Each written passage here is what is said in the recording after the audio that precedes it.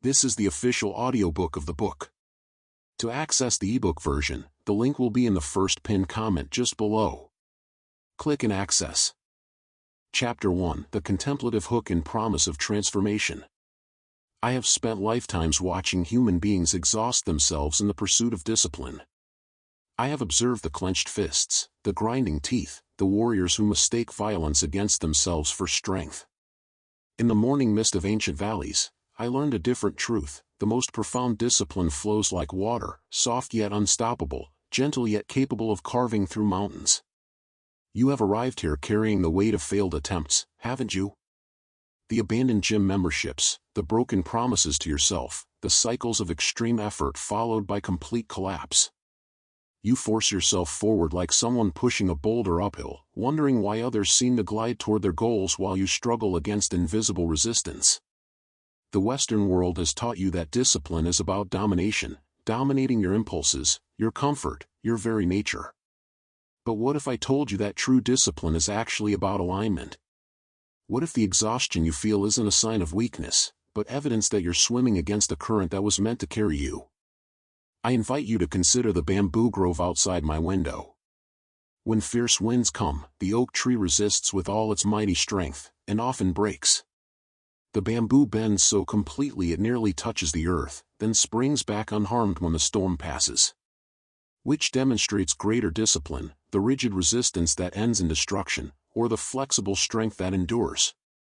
This is the paradox I wish to share with you: the more you force, the less you achieve. The spiritual warriors of ancient times understood something that modern executives have forgotten. They knew that sustainable discipline emerges not from willpower alone, but from Wu Wei, action without force, effort without struggle, movement that flows with natural rhythms rather than against them. I have watched a single drop of water, persisting with gentle consistency, wear away solid stone. No violence, no dramatic effort, just patient, aligned action that honors the nature of both water and stone. This is the kind of discipline that energizes rather than depletes, that grows stronger over time rather than burning out in spectacular flame. You hunger for this, don't you? Beneath all the productivity systems and life hacks, beneath the guilt and the endless striving, there lives a deeper longing. You want to achieve your highest goals while remaining at peace with yourself. You want discipline that feels like coming home rather than going to war. The ancient Chinese spoke of two kinds of effort: the yang approach of forcing and pushing, and the yin approach of allowing and flowing. Most people exhaust themselves with pure yang energy, all thrust and no yield, all action and no receptivity. But nature herself teaches us that sustainable power requires both, the focused intention of yang balanced by the wise patience of yin. Consider how a river achieves its destination. It doesn't fight the landscape, it learns from it. When it meets a boulder, it doesn't crash against it repeatedly, it finds the path around, over, or through. When it encounters a cliff, it doesn't struggle, it transforms, becoming mist that rises, clouds that travel, rain that continues the journey from a new vantage point. This is the promise I offer you, a way of building extreme discipline that works with your nature rather than against it. A path that transforms the 10,000 scattered efforts of modern life into the one way that leads to lasting change. The bamboo that bends but never breaks will become our central metaphor, flexibility as the highest form of strength, adaptability as the most refined discipline. In the coming chapters, I will walk beside you as you discover why the water that seems so soft can carve through granite, why the valley that appears empty holds the potential for all growth, why the sage who seems to do nothing accomplishes everything that matters. Take a moment now to feel the weight of your previous struggles beginning to lighten. Let yourself imagine discipline that flows like morning Tai Chi in the park, purposeful yet graceful, structured yet spontaneous, powerful yet peaceful. Moments for reflection: what would your life look like if discipline felt like dancing with your deepest nature rather than fighting against it? Can you recall a time when you accomplished something significant with surprising ease? What was different about your inner state during that experience? How might your relationship with your goals shift if you approached them like water approaching stone? Practice. Tonight, as you prepare for sleep, place one hand on your heart and whisper this intention: I am ready to discover the discipline that honors both my ambitions and my peace. Notice what arises in your body as you speak these words: resistance, relief, curiosity, hope. Simply observe without judgment, like watching clouds pass through an empty sky. Chapter 2: Who You Are and What You're Fighting Against. I see you there, friend, in the blue glow of your screen at 11 p.m., telling yourself you'll start that morning routine tomorrow. Really start it this time. You've downloaded the apps, bought the books, maybe even invested in that expensive planner that promised to transform your life. Yet here you are again, caught in the familiar cycle of ambitious beginnings and exhausted endings. You are the modern warrior fighting a war that cannot be won with the weapons you've been given. I watch you push against the river of your own nature, and I feel the ancient ache of recognition. You are not lazy. Laziness is not what keeps successful people trapped in patterns they desperately want to break. You are not weak. It takes tremendous strength to maintain the facade of having it all together while feeling like you're drowning in your own expectations. You are simply using yang solutions for yin problems, trying to build discipline the way you might storm a fortress, when what's needed is the patience of water finding its way through stone. Let me tell you what I see when I look beneath the surface of your struggle. You wake up swinging.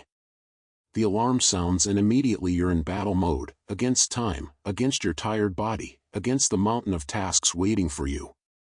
You've been told that discipline means declaring war on your weaknesses, so you approach each day like a military campaign. 5 a.m. workouts that leave you depleted by noon. Meditation practiced like a competitive sport. Meal prep executed with the grim efficiency of someone checking boxes rather than nourishing life. This is the way of the sword trying to cut water. I've observed this pattern across centuries, though it has grown more pronounced in your age of infinite optimization. You live in a world that worships productivity as a god, where your worth is measured by your output, where rest is seen as laziness and gentleness as weakness. You've internalized these messages so deeply that you cannot conceive of discipline as anything other than force applied to resistance. But notice how this feels in your body. The clenched jaw when you should be doing something different. The tight shoulders carrying the weight of all your unfinished intentions. The shallow breathing of someone perpetually braced for battle. This is not the posture of someone aligned with natural power, this is the exhaustion of swimming upstream. Your culture has taught you that extreme discipline looks like the CEO who sleeps 4 hours and calls it optimization, the athlete who trains through pain and calls it dedication, the entrepreneur who sacrifices relationships on the altar of success and calls it necessary. But I have watched these waters long enough to see where such currents lead, to burnout that feels like spiritual emptiness, to achievements that taste like dust, to a success that isolates you from the very life force that makes success meaningful. You know this feeling, don't you? The hollowness that creeps in after you've forced yourself through another perfectly planned day.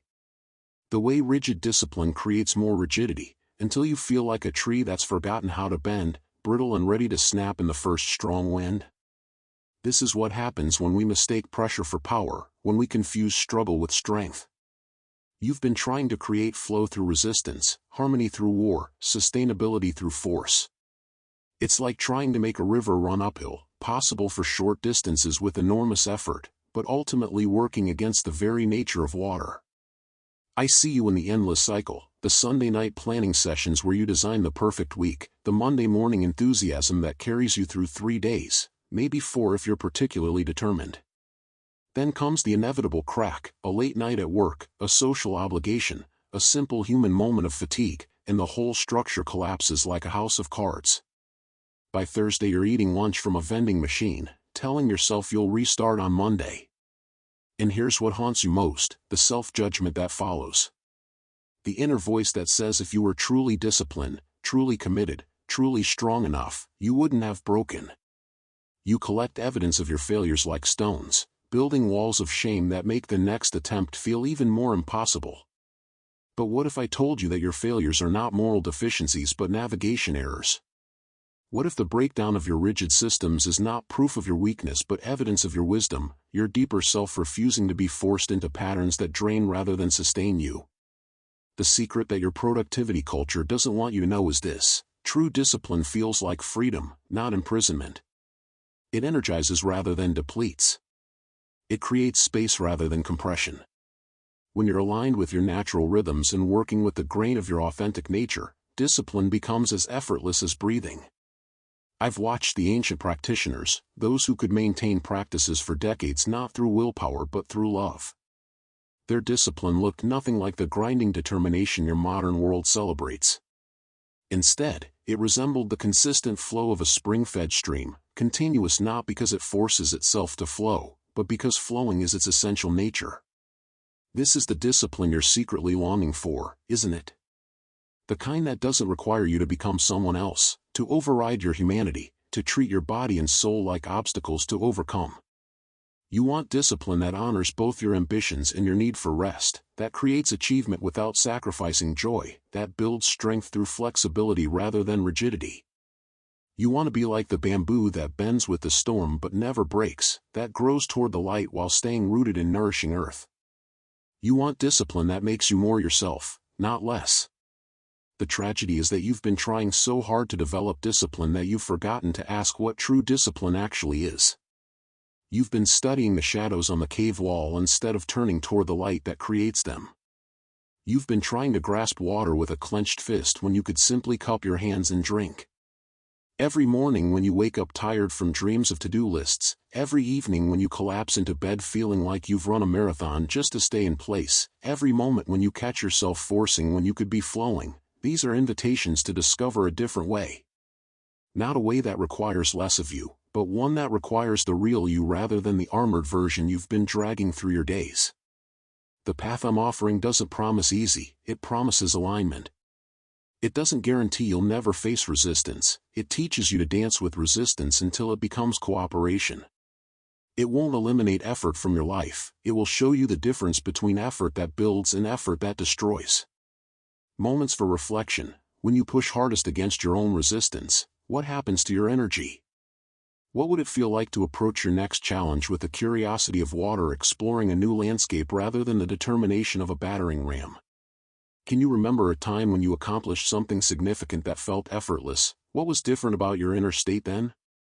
Practice. For the next 3 days, notice the quality of effort in your daily activities.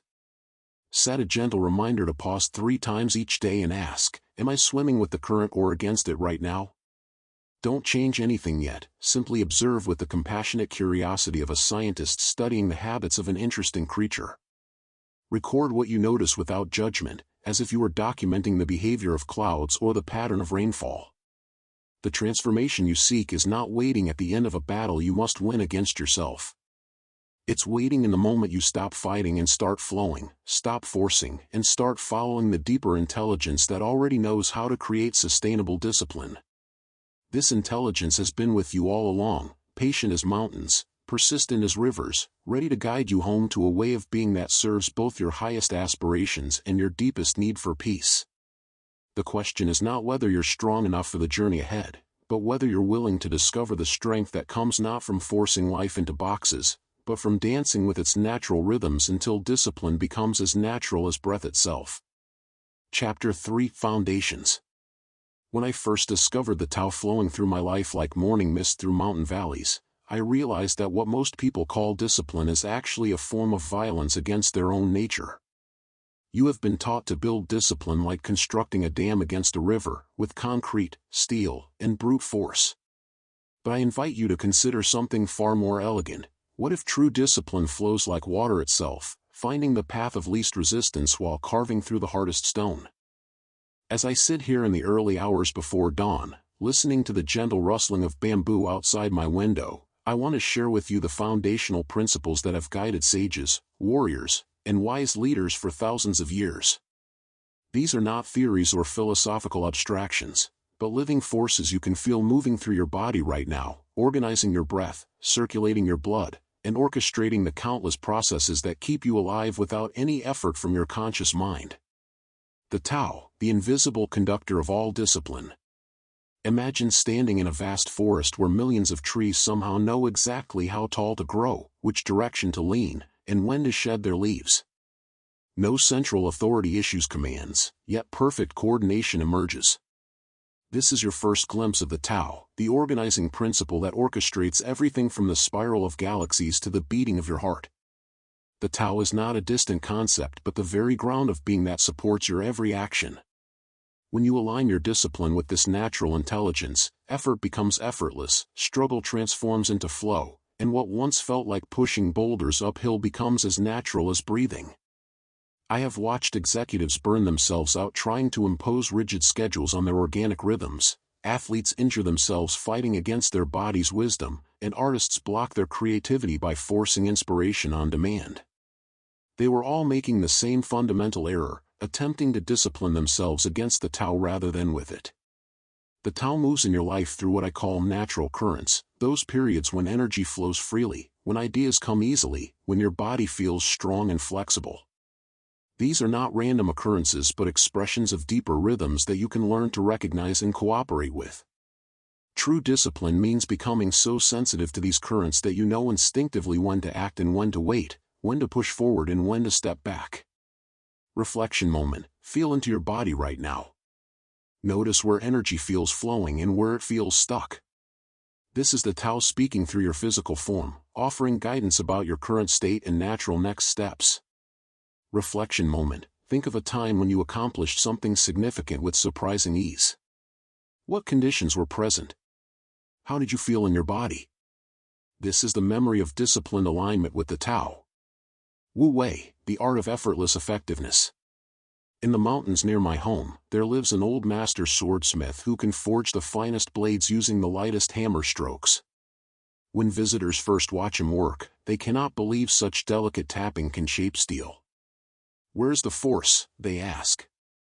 He smiles and replies, "Force is the amateur's substitute for precision."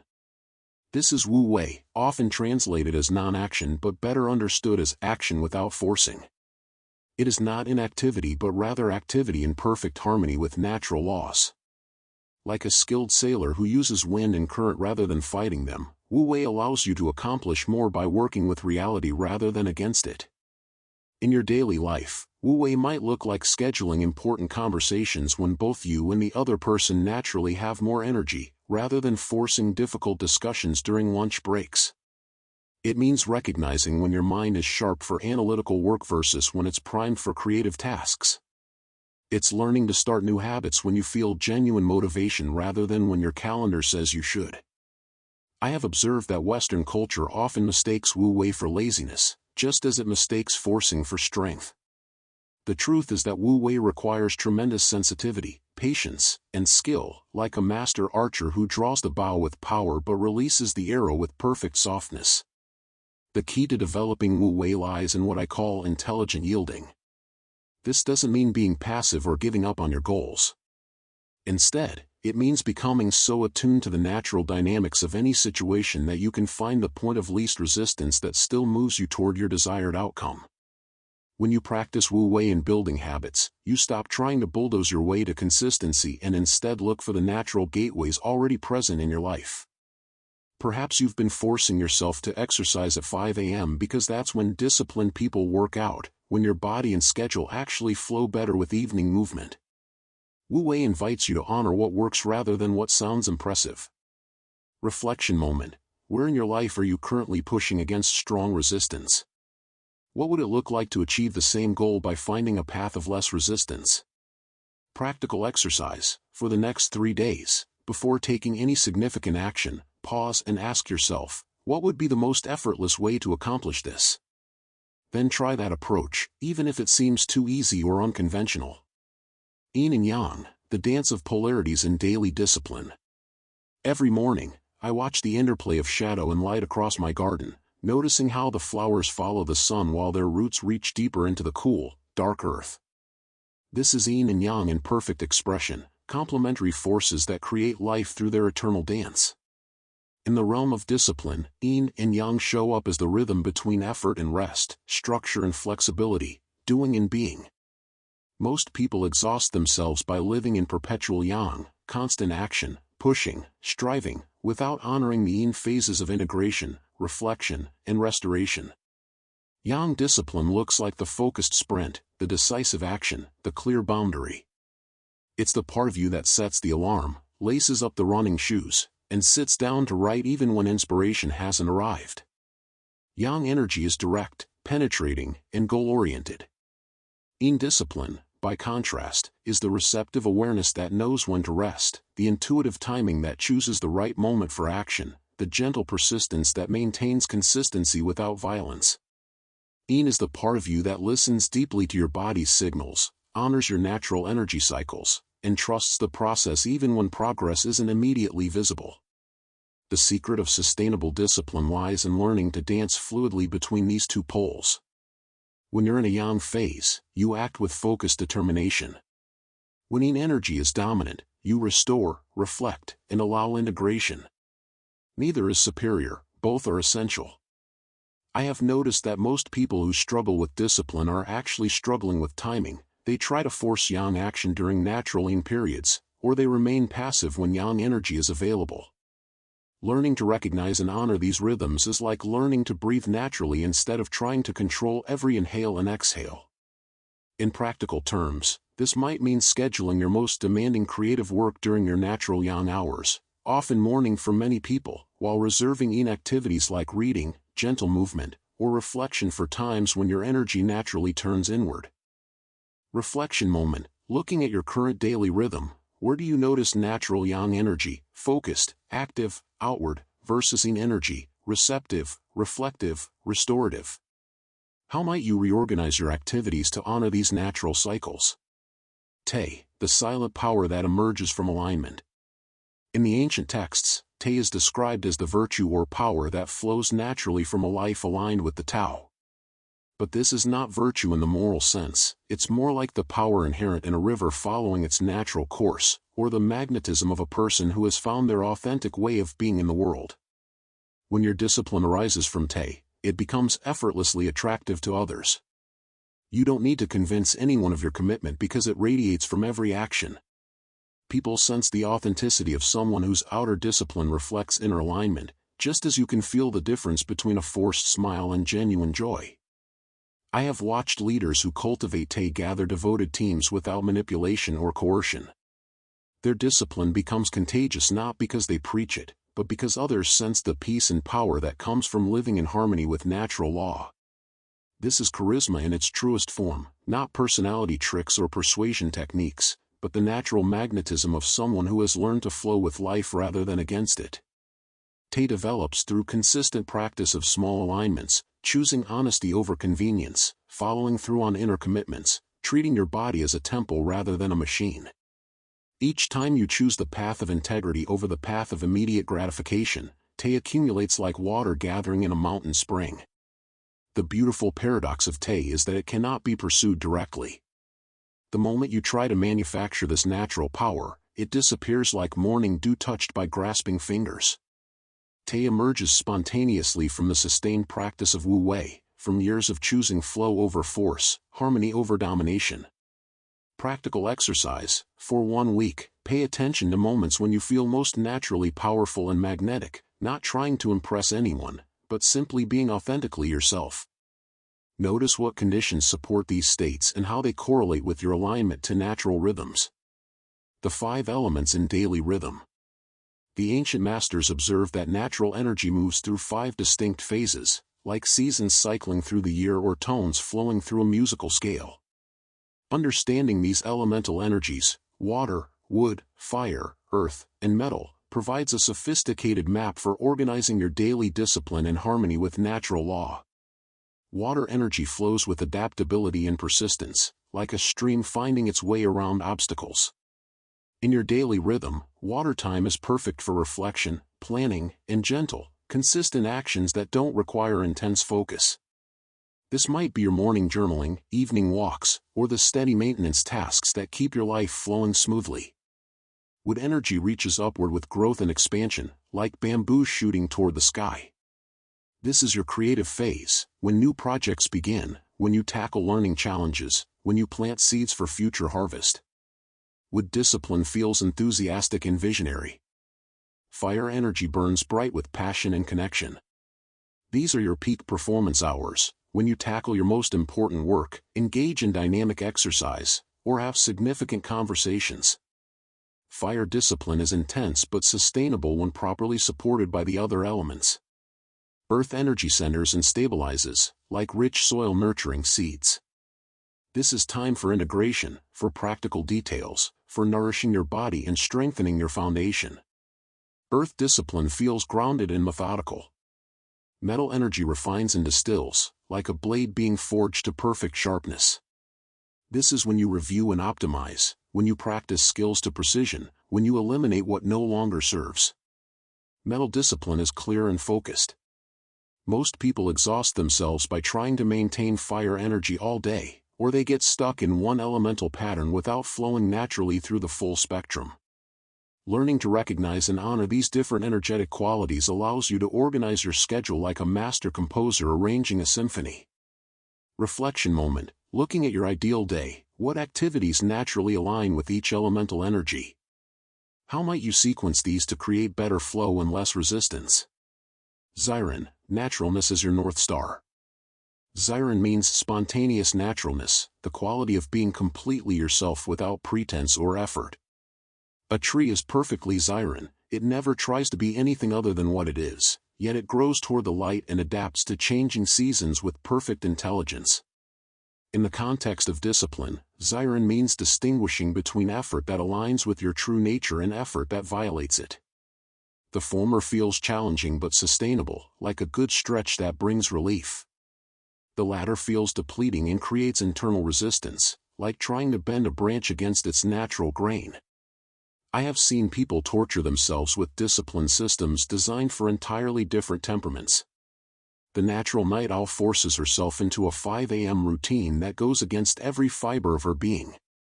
The highly social extrovert tries to maintain a solitary meditation practice that leaves him feeling isolated and disconnected. Xiren invites you to discover your authentic rhythms and build discipline that honors rather than violates your essential nature. This doesn't mean being lazy or undisciplined. A tree works very hard to grow, but it does so in perfect harmony with its DNA and environment. The path to Xiren begins with deep listening, paying attention to when you feel most energetic, creative, and naturally motivated. These are clues about your authentic design. Then you craft discipline practices that work with these natural currents rather than against them. Practical exercise. For the next week, keep a simple energy log. Note 3 times each day, how is my energy level? What activities feel naturally flowing versus forced? What patterns am I noticing? Use this data to begin aligning your discipline practices with your natural design. The wisdom of the valley. Humility is foundation. In the mountains, water always flows toward the valleys, the low, humble places that eventually become rivers feeding entire civilizations. The valley doesn't compete with the peaks, it simply provides the foundation that makes their height possible. This is the spiritual foundation of all lasting discipline, the humility to start where you actually are rather than where you think you should be, and the patience to allow sustainable transformation rather than demanding dramatic change. Western culture celebrates the mountain peaks, the extreme achievements, the overnight success stories, the dramatic transformations.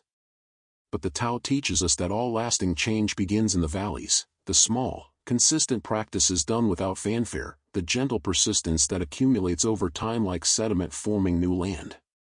Valley wisdom means being willing to be a beginner, to start with embarrassingly small steps, to value consistency over intensity.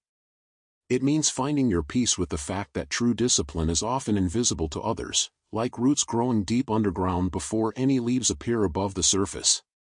When you embrace valley wisdom, you stop trying to impress anyone with your discipline and start focusing on what actually creates lasting change. This shift from performance to process, from image to substance, is where real transformation begins. The most disciplined people I know are often the most humble about their practices. They speak less about what they're going to do and simply do it, day after day, like valleys receiving rain without announcement or ceremony. Reflection moment. Where in your life are you trying to start on the mountaintop instead of in the valley? What would it look like to find peace with beginning exactly where you are? Reflection moment. What small, humble practice could you commit to for the next 30 days that would create a solid foundation for larger changes? As we close this foundation chapter, I want you to feel the solid ground now beneath your feet. These principles, the organizing intelligence of the Tao, the effortless effectiveness of Wu Wei, The dance of yin and yang, the natural power of Te, the elemental rhythms, the authenticity of Ziren, and the humility of the valley, these are not just concepts but living forces that you can learn to recognize and cooperate with. Tomorrow morning, when you wake, you will not be the same person who began reading this chapter. Something has shifted in your understanding of what discipline can be, not a war against your nature, but a coming home to it. This is the beginning of your transformation from forced discipline to flowing discipline, from fighting yourself to befriending yourself, from pushing the river to joining its current. The ancient path is patient and gentle with newcomers, just as a river is patient with the stones that eventually become smooth. Trust the process, honor your natural rhythms, and prepare for a kind of discipline that energizes rather than depletes, that feels like coming alive rather than bearing a burden. In the next chapter, we will explore how these timeless principles translate into the specific challenges and opportunities of your modern life. But for now, simply rest in this knowing, you already contain everything you need for the kind of discipline that transforms not just what you do, but who you become. Chapter 4: Key Principles Applied to Daily Life. There's a moment every morning when I watch the world awaken. The sun doesn't force itself into the sky with violent determination, it simply rises, following a rhythm older than human memory. The dew doesn't struggle to form on grass blades, it condenses naturally when conditions align. Even the most disciplined oak tree doesn't strain to grow, it extends toward light while simultaneously deepening its roots, embodying a perfect balance of reaching and receiving.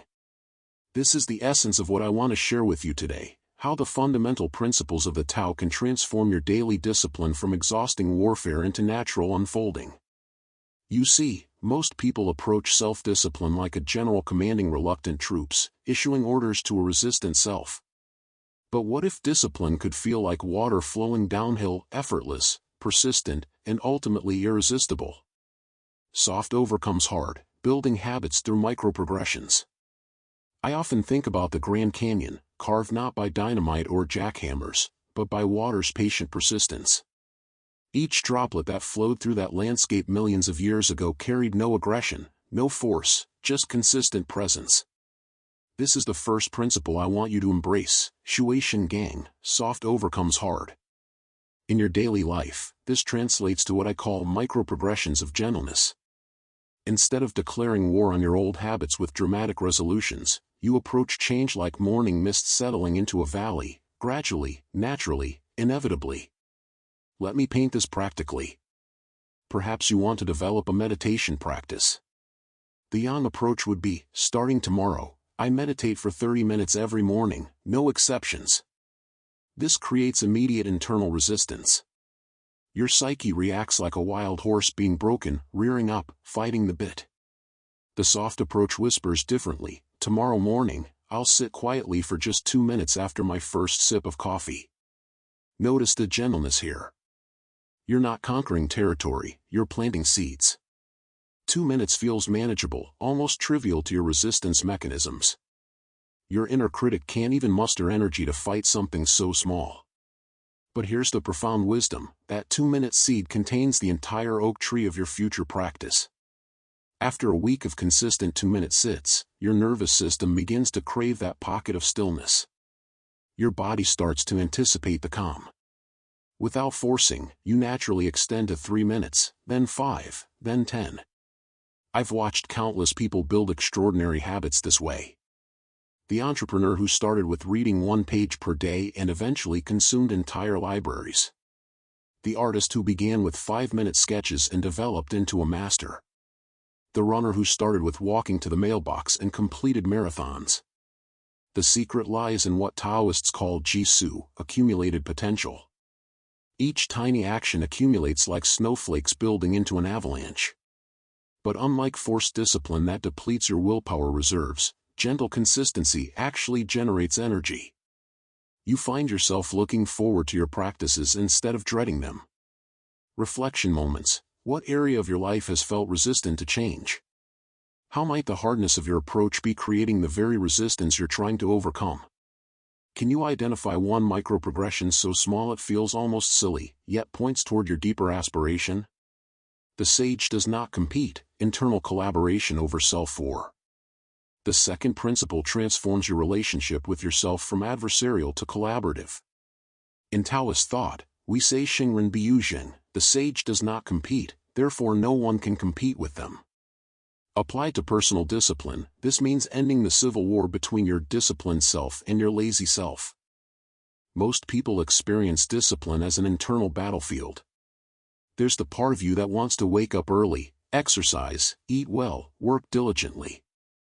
Then there's the part that wants to sleep in, binge Netflix, eat comfort food, and avoid challenging tasks. Traditional self-help treats this as a war where one side must dominate the other. But what if both parts are valuable allies with different gifts to offer? I remember sitting by a mountain stream years ago, observing how water navigated around boulders. The water didn't declare war on the rocks, didn't try to blast through them with force. Instead, it found the path of least resistance while maintaining its essential direction toward the ocean. Sometimes it flowed left, sometimes right, sometimes it pooled temporarily before continuing, but it always kept moving toward its ultimate destination. Your lazy impulses often carry wisdom about pacing, rest, and sustainability. Your drive for comfort might be signaling that you need more nourishment or recovery. Instead of suppressing these parts of yourself, what if you listen to their deeper message while gently redirecting their energy? I'll share a practical approach I call internal negotiation. When you feel resistance to a beneficial action, pause and literally ask that resistant part what it needs. Often the conversation goes something like this. I notice part of me doesn't want to work out this morning. What are you concerned about? The answer might surprise you. I'm tired from yesterday's poor sleep. I'm worried about pushing too hard and getting injured. I need some gentleness right now. Now you can collaborate. What if we do some gentle stretching and a 10-minute walk instead? Would that honor your need for care while still moving our body? Usually, this resistant part becomes an ally once it feels heard and respected. You're no longer fighting yourself, you're finding creative solutions that honor all aspects of your being. This is Wu Wei in action, accomplishing your goals through cooperation rather than coercion. This principle also applies to how you relate to setbacks. When you miss a workout or eat something you later regret, instead of harsh self-criticism, you approach it with curious compassion. Interesting. What was happening internally when I made that choice? What does this teach me about my patterns? How can I adjust my approach to be more sustainable? Reflection moments. Which internal parts of yourself do you typically try to suppress or override? What might these aspects be trying to protect or communicate? How could you honor their concerns while still moving toward your goals? Practical exercise. The next time you feel resistance to a beneficial habit, pause and have an actual conversation with that resistance. Ask what it needs, listen without judgment, and see if you can find a creative compromise that satisfies both your growth goals and your need for self-care. Know the masculine, embrace the feminine, balancing action and receptivity. The third principle addresses one of the most crucial aspects of sustainable discipline, the dynamic dance between yang, masculine, action and yin, feminine, receptivity. In the Tao Te Ching, I wrote, Ji Qi Xiong, Shou Qi Ci, know the masculine, but hold to the feminine. This isn't about gender, it's about complementary energies that exist within every person.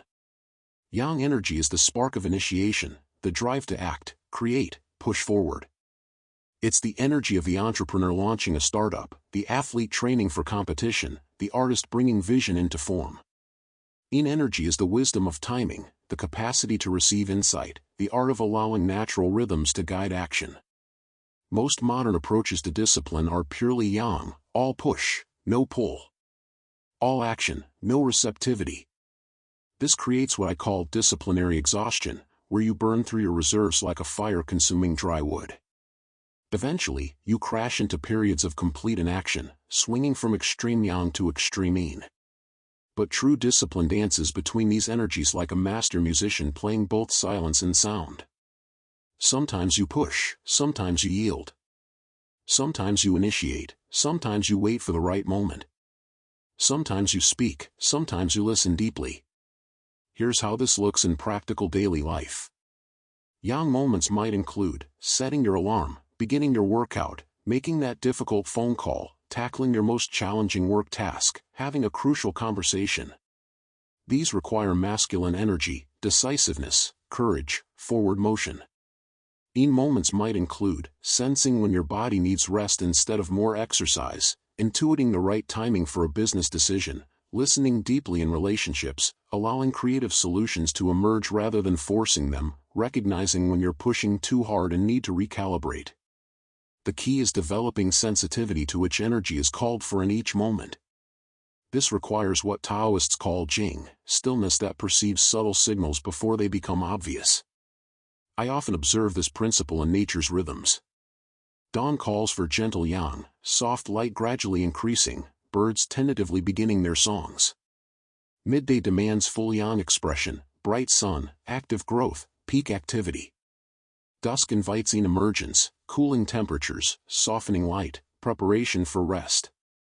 Night embodies deepening, restoration, integration, dreams weaving new possibilities. Your daily discipline can mirror these natural rhythms. Perhaps your morning practice emphasizes yang energy, setting intentions, planning your day, energizing movement. Midday might be peak yang, tackling your most challenging work, making important decisions, engaging fully with the world. Evening could invite more yin, reflection, gratitude, gentle activities that prepare you for rest. Night naturally calls for yin, sleep, dream states, cellular restoration. But this principle goes deeper than scheduling. It's about sensing, moment to moment, whether a situation calls for more action or more receptivity. Sometimes the most disciplined choice is to stop pushing and allow space for insight to emerge. Sometimes it's to override hesitation and take bold action despite uncertainty. Reflection moments. In which areas of your life do you rely too heavily on yang energy, forcing, pushing, controlling? Where might you be stuck in yin energy, passive, waiting, avoiding action? What would it look like to dance more fluidly between these complementary modes? Return is the movement of the Tao, cycles and strategic rest. The fourth principle revolutionizes how you think about consistency and momentum. In Taoist philosophy, we understand that Fanzhi Dao Shi Dong, return is the movement of the Tao. Everything in nature moves in cycles, seasons, tides, breath, heartbeats. Yet most disciplined systems ignore this fundamental rhythm, insisting on linear progress without natural ebbs and flows. This creates what I call the tyranny of endless forward motion, the belief that any pause or retreat represents failure. But observe the wisest systems in nature, how trees shed their leaves to conserve energy for spring's explosion of growth, how fields lie fallow to restore their nutrients, how even the ocean pulls back before each wave surges forward. Your personal discipline becomes exponentially more sustainable when you build in natural cycles of expansion and contraction, effort and ease, engagement and renewal. This isn't laziness disguised as wisdom, it's strategic pacing that allows for long-term excellence rather than short-term burnout. Consider the principle in different life domains. Physical discipline. Instead of working out 7 days a week until you're exhausted, you might follow intense training phases with active recovery periods. Professional athletes understand periodization, building toward peak performance, then allowing regeneration before the next cycle. Your body grows stronger during rest phases, not just during exercise. Mental discipline. Rather than grinding through cognitive work for hours, you honor your brain's natural ultradian rhythms, roughly 90 to 120-minute cycles of focus followed by natural restoration periods. You might work intensively for 90 minutes, then take a genuine break, allowing your subconscious to integrate and process before the next focused session. Creative discipline. Instead of forcing daily creative output regardless of inspiration, you learn to recognize fallow periods as essential to the creative process. Like soil resting between crops, these apparently unproductive times often generate the richest future harvests. Emotional discipline. Rather than maintaining constant positivity or motivation, you allow natural emotional cycles, periods of high energy followed by introspective phases, times of social engagement balanced with solitary renewal. The key is distinguishing between natural, restorative cycles and avoidance patterns. Healthy cycling feels like the tide, there's a natural rhythm, and even the retreat phase serves the larger movement. Avoidance patterns feel forced, often accompanied by guilt, resistance, or disconnection from your deeper purposes. I've found that people who honor natural cycles actually accomplish more over extended periods than those who try to maintain constant intensity. They're like rivers that flow around obstacles rather than trying to blast through them, maintaining forward movement while conserving energy for the long journey. Reflection moments. Where in your life might you be fighting against natural rhythms rather than working with them? What would it look like to build strategic rest and renewal into your discipline practices? How can you distinguish between healthy cycles and avoidance patterns? Practical exercise. For the next week, notice your natural energy rhythms throughout the day. When do you feel most alert and capable? When do you naturally want to slow down or reflect? How might you reorganize your most important activities to align with these natural rhythms rather than fighting against them? What is flexible remains, adaptability as superior consistency. The fifth principle challenges the rigid interpretation of discipline that dominates modern thinking. We often equate consistency with inflexibility, doing the same thing, the same way, every single day regardless of circumstances. But in Taoist wisdom, Ro Ruo Zhisheng, the soft and flexible overcome the hard and rigid. True consistency isn't about identical repetition, it's about persistent direction despite changing conditions. Water maintains its essential nature whether flowing as a gentle stream, crashing as ocean waves, or falling as mountain rain. The form adapts, the essence remains. This principle transforms how you maintain beneficial habits when life inevitably presents obstacles. Instead of abandoning your practices when circumstances change, you learn to adapt the form while preserving the essence. Let me illustrate with common scenarios. Travel disruption. Your usual hour-long morning routine gets compressed to 20 minutes in a hotel room. Instead of skipping everything, you maintain the essential elements, perhaps 5 minutes of breathing, setting intentions for the day, and gentle movement. The form adapts, but the core practice of centering yourself continues. Illness or injury, your regular exercise routine becomes impossible. Rather than doing nothing, you might practice gentle stretching, visualization of movement, or focused breathing. You're honoring your body's current needs while maintaining connection to your physical discipline. Work intensity. During a project deadline, your meditation practice might shift from sitting quietly to mindful walking between meetings, or bringing breath awareness to routine tasks. The essence of cultivating presence continues even when the form must change. Emotional challenges. When grief, stress, or major life changes disrupt your usual practices, you adapt with compassion. Perhaps journaling replaces meditation, or gentle walks substitute for intense workouts. You maintain discipline while honoring your current emotional landscape. This flexible consistency actually strengthens your practices over time. Like bamboo that bends in strong winds without breaking, adaptive discipline develops resilience that rigid approaches lack. You learn to maintain connection to your core values and purposes regardless of external circumstances. Moreover, this principle prevents the all-or-nothing thinking that destroys many people's attempts at positive change. When you understand that adaptation is wisdom rather than failure, you're much less likely to abandon beneficial practices during challenging periods. Reflection moments. Where in your life do you equate consistency with rigidity? Which of your beneficial habits could be adapted to different circumstances while maintaining their essential purpose? How might flexible consistency actually strengthen your long-term discipline? Integration and daily application. As we reach the natural conclusion of these key principles, I want to offer you a way to weave them into the fabric of your daily experience. These aren't philosophical concepts to contemplate abstractly, they're living principles meant to transform how you move through each day. Consider creating what I call a principle check-in, a brief morning reflection where you sense into the day ahead and ask, where might I apply gentle micro-progressions instead of forcing change? What internal parts of myself need collaboration rather than domination? Does this situation call for more yang action or yin receptivity? What natural cycles am I honoring or fighting against today? How can I remain flexibly consistent with my core practices? This isn't about perfect implementation. Even asking these questions begins to shift your internal orientation from effort to flow, from fighting to dancing with your life's natural rhythms. Remember, the Tao that can be grasped is not the eternal Tao.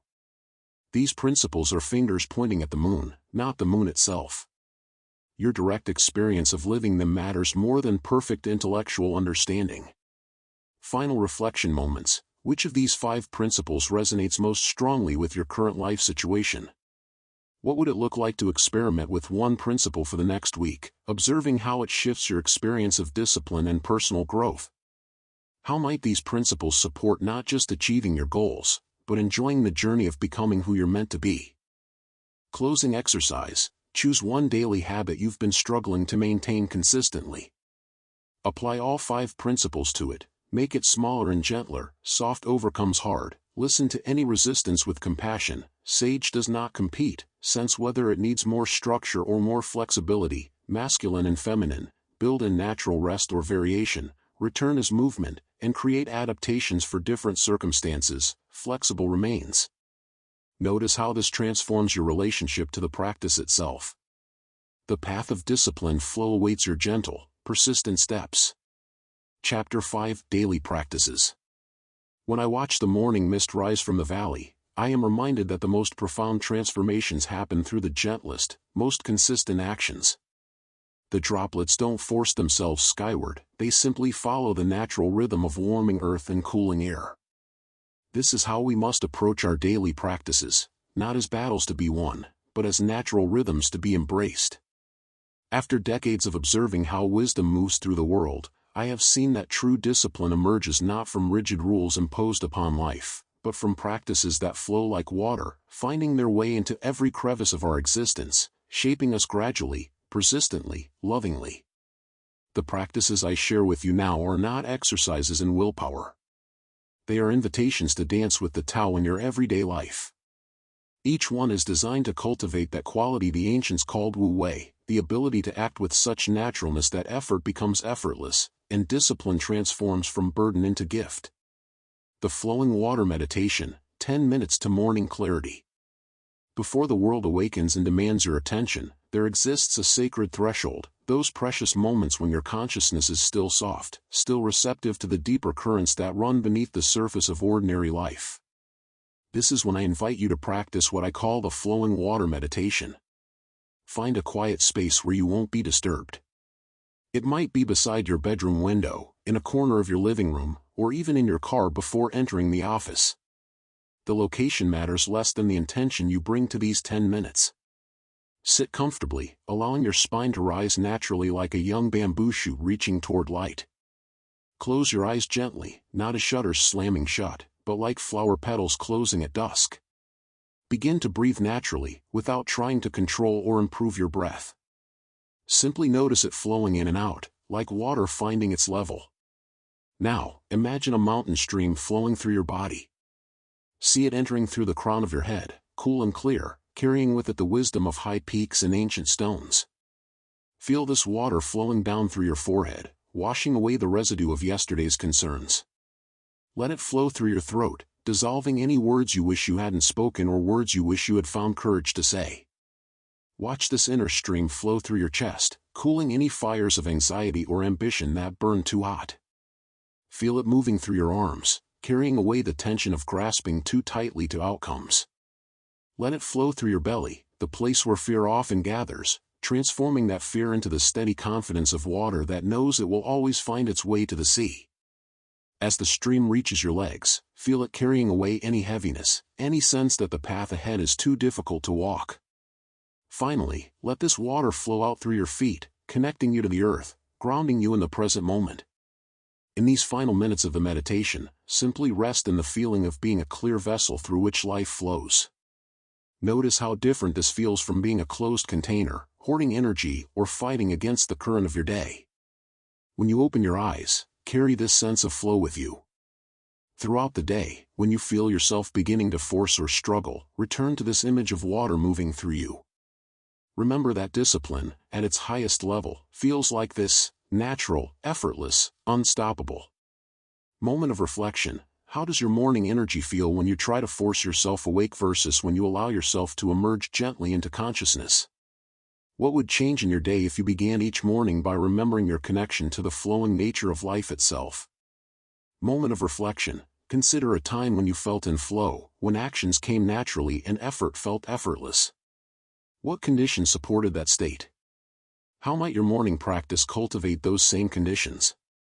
Practice. For the next 7 days, commit to this 10-minute practice each morning. Don't worry about doing it perfectly. Like water, let your practice find its natural shape within the landscape of your life. Notice how this beginning affects the rhythm of your entire day.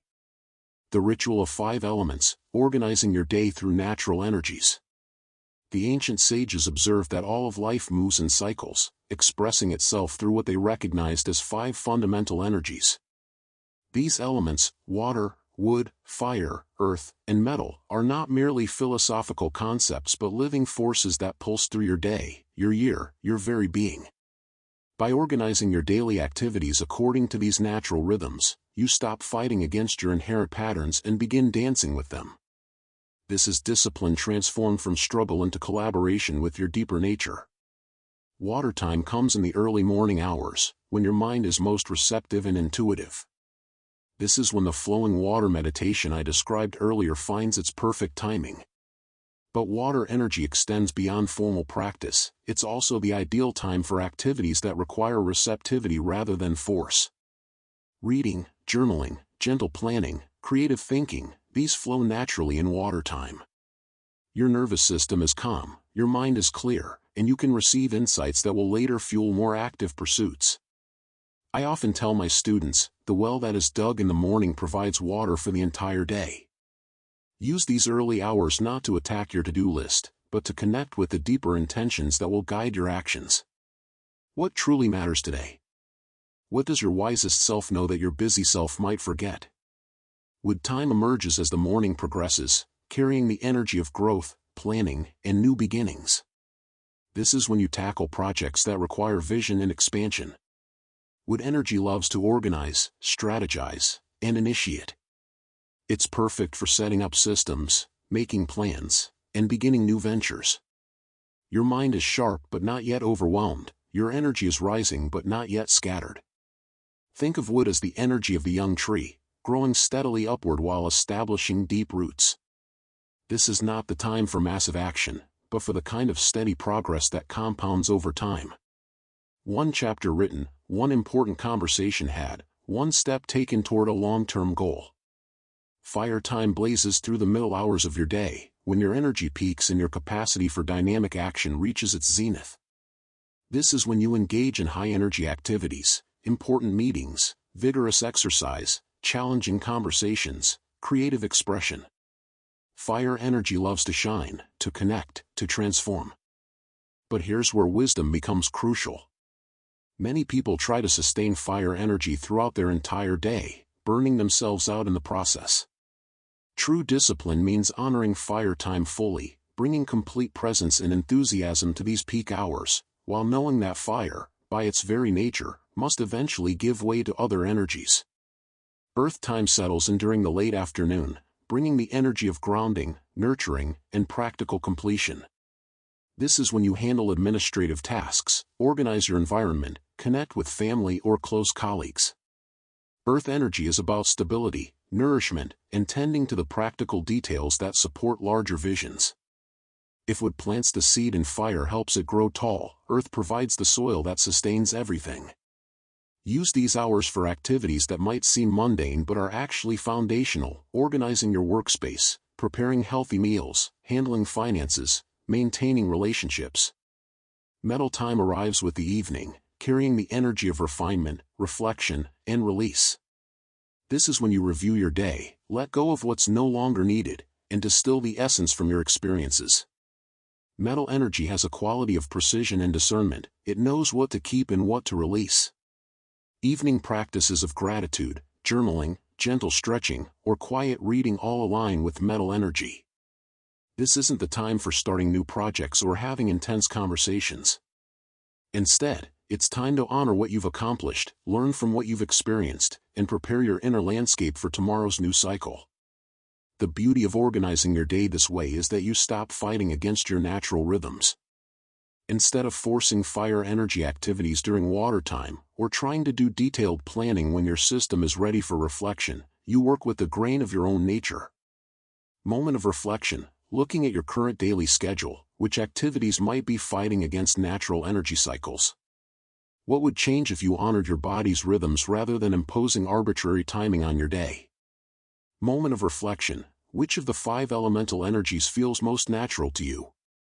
Which feels most challenging? How might understanding these preferences help you structure more sustainable daily practices? Practice. For 1 week, experiment with loosely organizing your day according to these 5 elements. You don't need to completely restructure your life, simply notice where you might make small adjustments that honor natural energy flows. Pay attention to how different types of activities feel when aligned with their corresponding elemental time. Contemplative walking, discipline and movement. There is a particular way of walking that transforms every step into a practice, every journey into a meditation, every arrival into a homecoming. This is not the hurried stride of someone late for an appointment, nor the absent-minded shuffle of someone lost in thought. This is walking as the ancients knew it, a way of moving through the world that cultivates presence, wisdom, and that quality of effortless effort we call wu-wei. In our modern world, walking has become merely transportation, a means to get from point A to point B as efficiently as possible. But what if I told you that the way you walk could become one of your most powerful tools for developing natural discipline? What if the path between where you are and where you're going could transform you as profoundly as your destination? Contemplative walking begins before you take your first step. As you prepare to leave your home, office, or car, pause for a moment. Feel your feet on the ground. Notice the weight of your body, the rhythm of your breathing, the quality of light around you. Set an intention not just for where you're going, but for how you want to journey there. Begin walking at a pace that allows you to remain present. This might be slower than your usual speed, and that's perfectly fine. You're not trying to win a race, you're practicing a form of moving meditation. With each step, feel your foot making contact with the earth. Notice how your weight shifts from heel to toe, how your other foot prepares to receive you. As you walk, let your awareness expand to include your surroundings. What sounds reach your ears? The distant hum of traffic, the rustle of leaves, the chatter of birds, the footsteps of other walkers. Don't try to analyze or categorize these sounds, simply let them flow through your awareness like water flowing around stones in a stream. Notice the play of light and shadow, the colors and textures that fill your visual field. See how light falls differently on various surfaces, creating an ever-changing painting that exists only in this moment. Observe how your eyes naturally want to dart from object to object, and gently invite them to soften, taking in the whole scene rather than fixating on individual parts. Feel the air against your skin, its temperature, its movement, its quality. Is it crisp and dry, warm and humid, cool and fresh? Let this sensory information simply register in your awareness without needing to judge it as good or bad. The air is simply what it is, and you are simply moving through it. As you continue walking, you may notice that your mind begins to quiet. Thoughts still arise, plans for the day, memories of conversations, worries about the future, but they seem to have less grip on your attention. This is the natural result of bringing your awareness into the present moment through your senses and your movement. When thoughts do capture your attention, don't fight them. Instead, gently return your awareness to your walking. Feel your feet, notice your breath, expand your senses to include your environment. This returning, this gentle redirection of attention, is itself the practice. Each time you notice you've been lost in thought and bring yourself back to the present moment, you strengthen the muscle of mindful awareness. If you're walking to a meeting, use the journey to prepare not just mentally but energetically. Instead of rehearsing what you'll say or worrying about potential outcomes, focus on arriving as your most centered, present self. Imagine that with each step, you're shedding the energy of your previous activity and opening to whatever wants to emerge in the encounter ahead. If you're walking for exercise, let go of the need to achieve a certain pace or burn a certain number of calories. Instead, focus on the joy of movement, the pleasure of feeling your body strong and capable. Notice how your breathing deepens naturally, how your circulation increases, how your whole system becomes more alive and energized. If you're walking simply to get somewhere, transform the journey into a practice of gratitude. With each step, silently acknowledge something you're grateful for. The strength of your legs, the beauty of the sky, the security of having a destination to reach, the freedom to move through the world. As you near your destination, don't let your awareness collapse back into automatic pilot. Use these final steps to make a conscious transition. How do you want to arrive? What energy do you want to bring with you? Take a moment to appreciate the journey you've just completed, honoring both the distance you've traveled and the person who has walked it. This practice of contemplative walking can transform even the most mundane journeys into opportunities for cultivation and presence. The walk from your car to the grocery store becomes a meditation on gratitude for abundance. The path from your home to the bus stop becomes a practice of beginning each day with awareness. The corridor from your office to the conference room becomes a chance to center yourself before important interactions. Moment of reflection: how differently do you feel when you arrive somewhere after walking mindfully versus walking while lost in thought or hurrying unconsciously? What does this suggest about the relationship between how we journey and who we become? Moment of reflection: what regular walks in your life, even short ones, could become opportunities for contemplative practice? How might transforming these routine journeys affect your overall sense of presence and groundedness? Practice: choose one walk that you take regularly and commit to making it a contemplative practice for the next 2 weeks. It might be the walk from your car to your office, a daily walk with your dog, or a weekly trip to a nearby store. Focus not on adding time to your schedule, but on bringing presence to time you're already spending in movement. Bamboo breathing: flexibility under pressure. In the forests of ancient China, I would often sit among groves of bamboo, marveling at their unique wisdom. Here were plants that grew tall and strong, yet remained utterly flexible. When storms came, the rigid oak trees would crack and fall, but the bamboo would bend so completely that their tops nearly touched the ground, then spring back, unharmed, when the winds passed. This quality of flexible strength is what we cultivate through what I call bamboo breathing, a practice that teaches your nervous system how to remain centered and adaptable even when life's pressures threaten to overwhelm you. Bamboo breathing is not just about managing stress in the moment, though it does that beautifully. It's about fundamentally rewiring your relationship with pressure, teaching your body and mind that challenge doesn't have to equal rigidity, and that true strength comes from the ability to yield without breaking. The technique itself is elegantly simple, like all the most profound practices. You can use it anywhere, in traffic jams, before important meetings, during difficult conversations, or whenever you notice your system beginning to tense against life's demands. Begin by finding your breath wherever it is in this moment. Don't try to change it immediately, simply notice its natural rhythm and depth. Place one hand on your chest and the other on your belly, feeling how your breathing moves through your body right now. Now, imagine your spine as a bamboo stalk, strong but supple, rooted deeply in the earth but able to sway with whatever winds may come. As you breathe in, let the breath fill you from the bottom up, like water slowly filling a bamboo tube.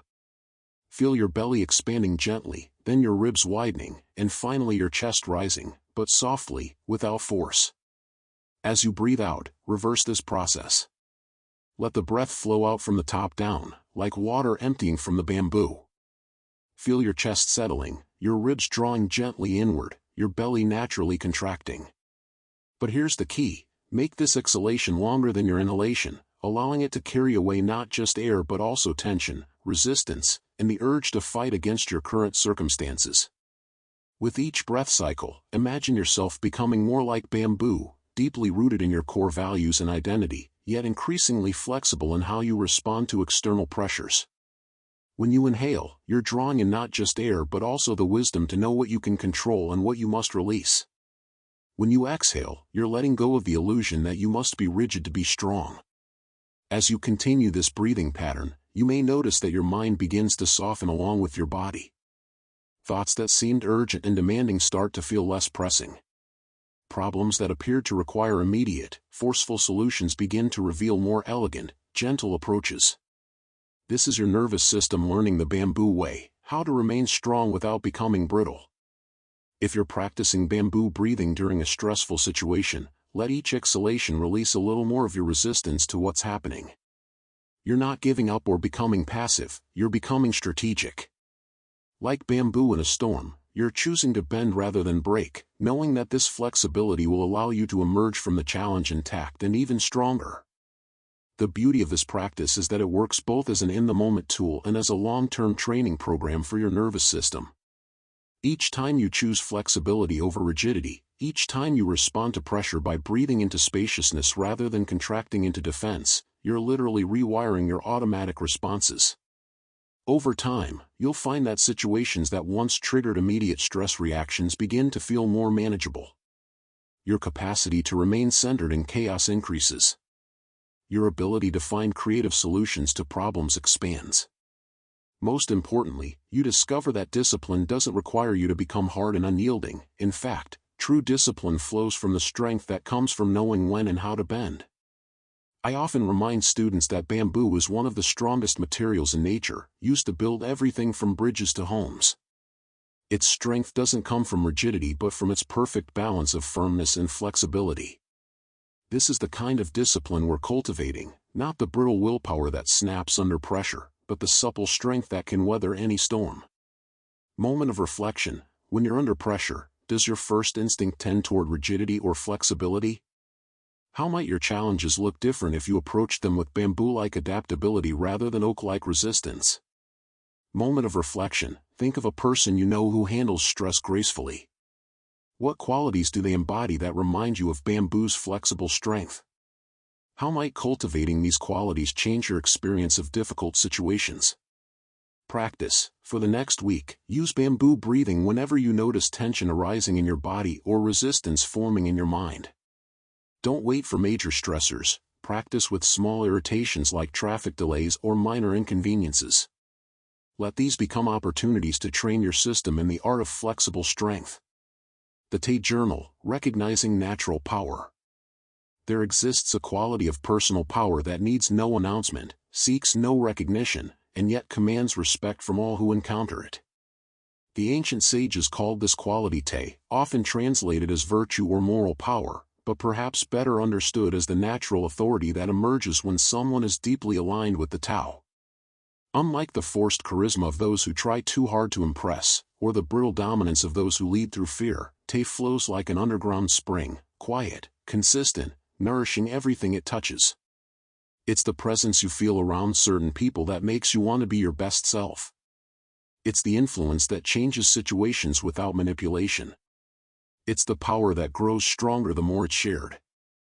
The Tay Journal is a practice designed to help you recognize, cultivate, and amplify these moments when your natural power is flowing freely. By learning to identify when you're operating from this authentic strength, you begin to understand the conditions that support it and the obstacles that block it. Each evening, as you transition from the active energies of your day into the reflective wisdom of night, take a few minutes to review your experiences through the lens of Tay. This isn't about judging yourself or cataloging successes and failures. It's about developing a refined sensitivity to the subtle energies that flow through your interactions and activities. Begin by asking yourself, when did I feel most naturally powerful today?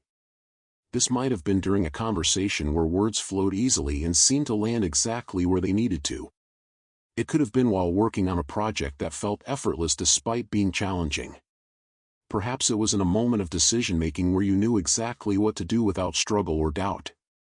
Write about these moments in detail, but focus on the internal experience rather than just the external circumstances. How did your body feel? What was the quality of your breathing? Were you thinking a lot, or did actions and words seem to arise spontaneously? Did you feel like you were performing, or did you feel like you were simply being yourself? Pay particular attention to your relationship with outcomes during these high-day moments. Often, we operate from our deepest power when we're fully engaged with the process while being unattached to specific results. Notice if this was true for you. Were you trying hard to impress someone, or were you simply offering your authentic best? Were you worried about how things would turn out, or were you absorbed in doing what felt right? Next, explore the opposite. When did I feel least connected to my natural power today? These might be moments when you found yourself trying to force results, when interactions felt strained or performative, when you second-guessed yourself repeatedly, or when you felt like you were pushing against the current rather than flowing with it. Again, focus on the internal experience. What changed in your body, your breathing, your mental state. How did your relationship with outcomes shift? Were you grasping for control or anxiously trying to avoid certain consequences? The goal isn't to judge these lower Te moments but to understand them. Often, they arise when we're operating from fear rather than trust, when we're trying to be someone we're not, or when we've disconnected from our deeper values and authentic motivations. As you continue this practice over weeks and months, patterns will begin to emerge. You might notice that your Te flows most freely when you're well-rested, or after you've spent time in nature, or when you're engaged in activities that align with your core values. You might discover that certain people or environments consistently support your natural power, while others tend to diminish it. This awareness becomes incredibly practical. As you learn to recognize the conditions that support your Te, you can begin to structure your life to include more of these elements.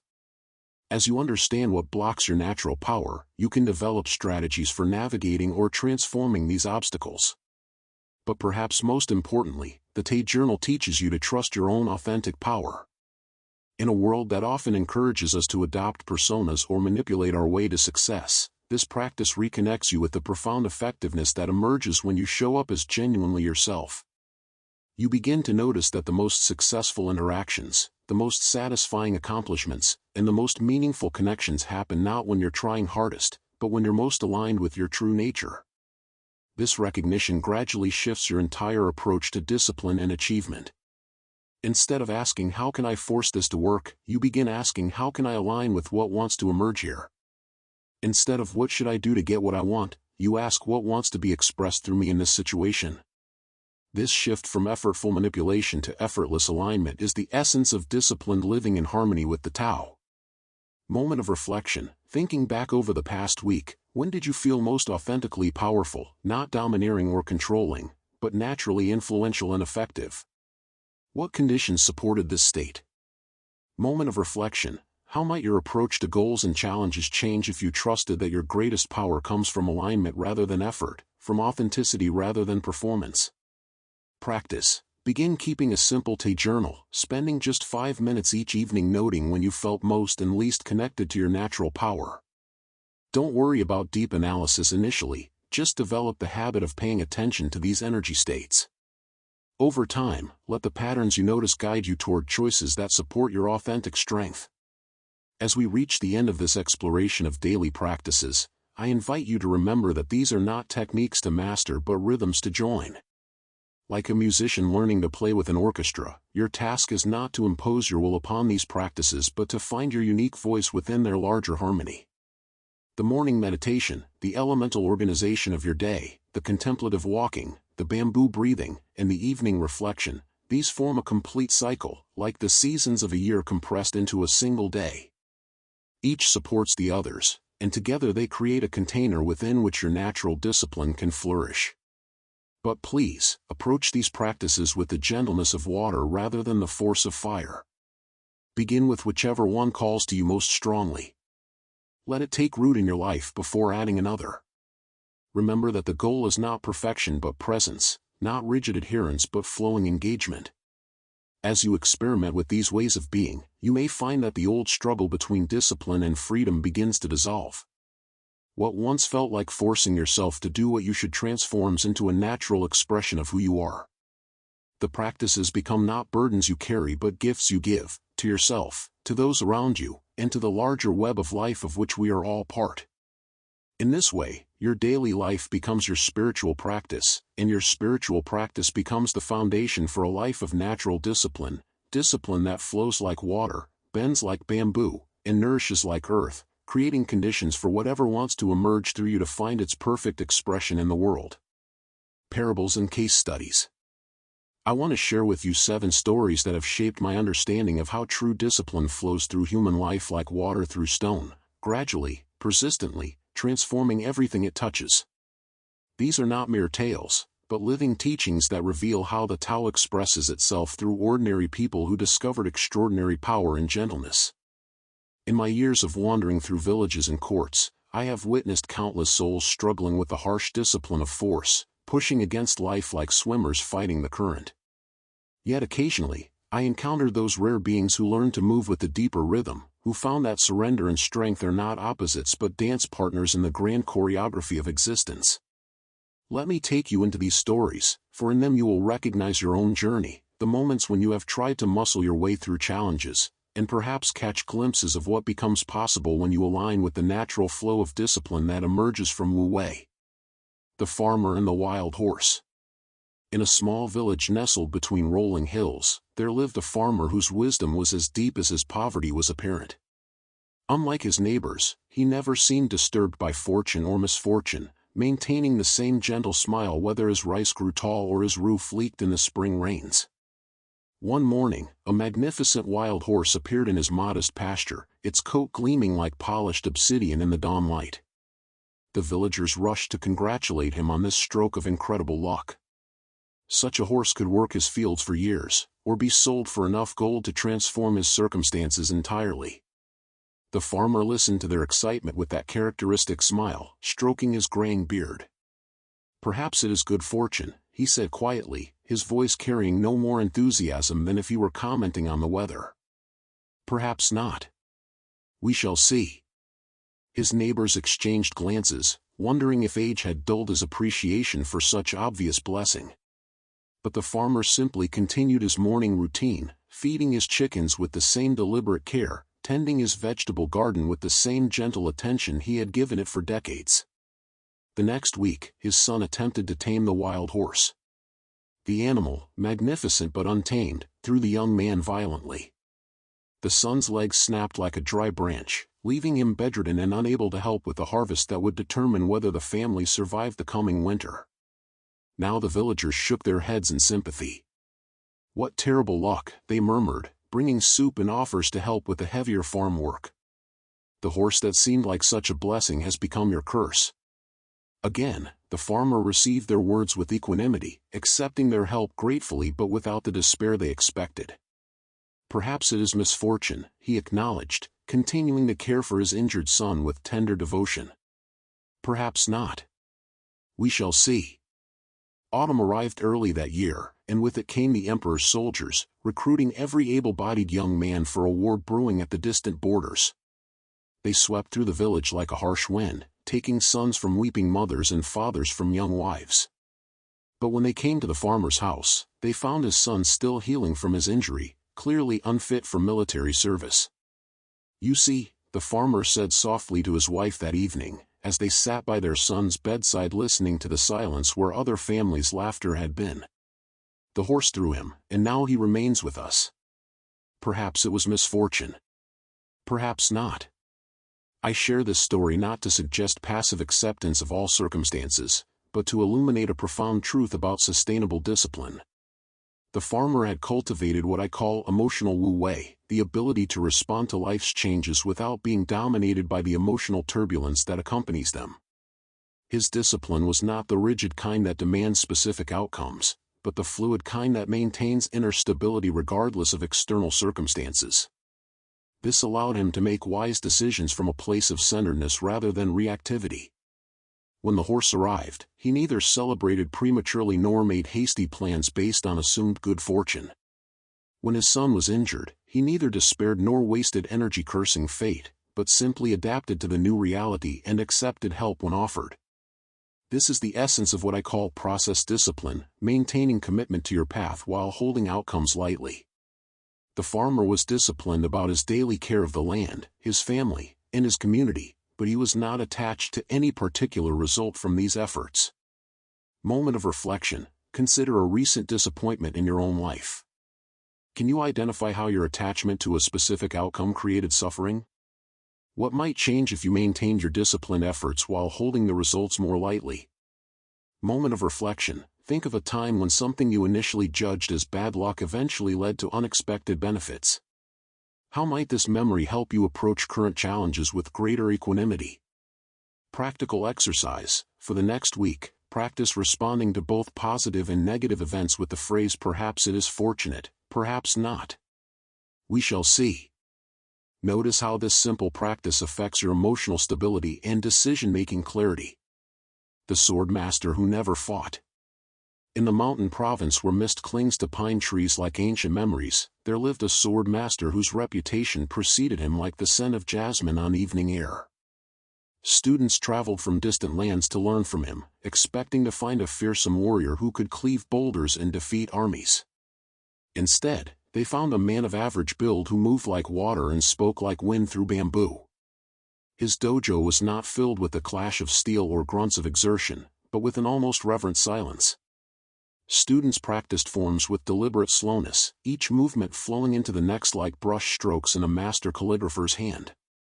The master himself rarely demonstrated techniques, instead guiding students to discover the natural intelligence within their own bodies.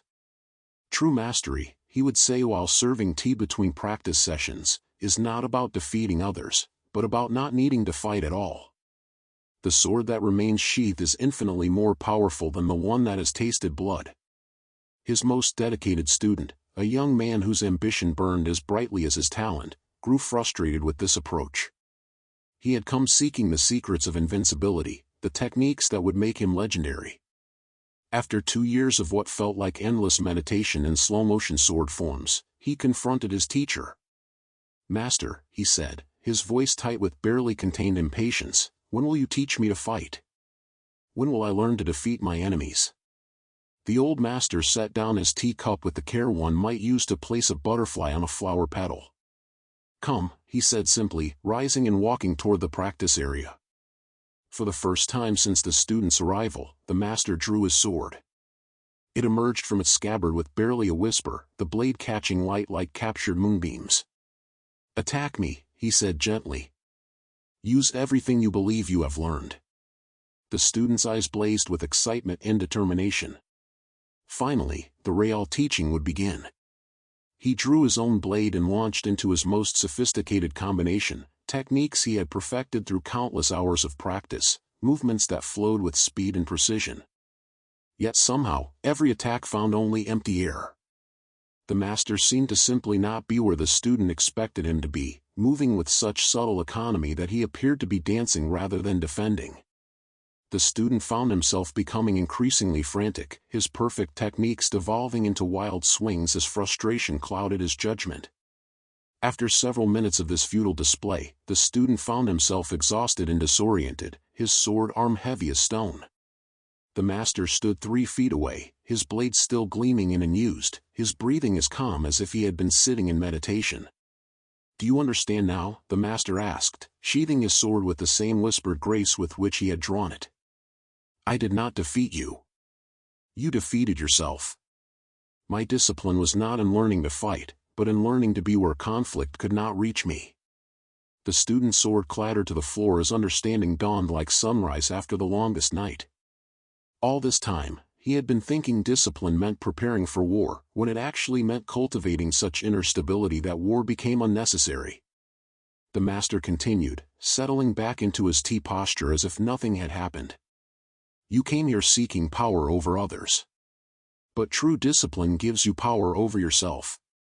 When you no longer need to prove your strength, you become truly strong. When you no longer fear defeat, you become undefeatable." From that day forward, the student's practice changed completely. Instead of training to overcome opponents, he trained to overcome his own reactivity. Instead of building offensive capabilities, he cultivated the kind of presence that naturally dissolved hostility before it could manifest.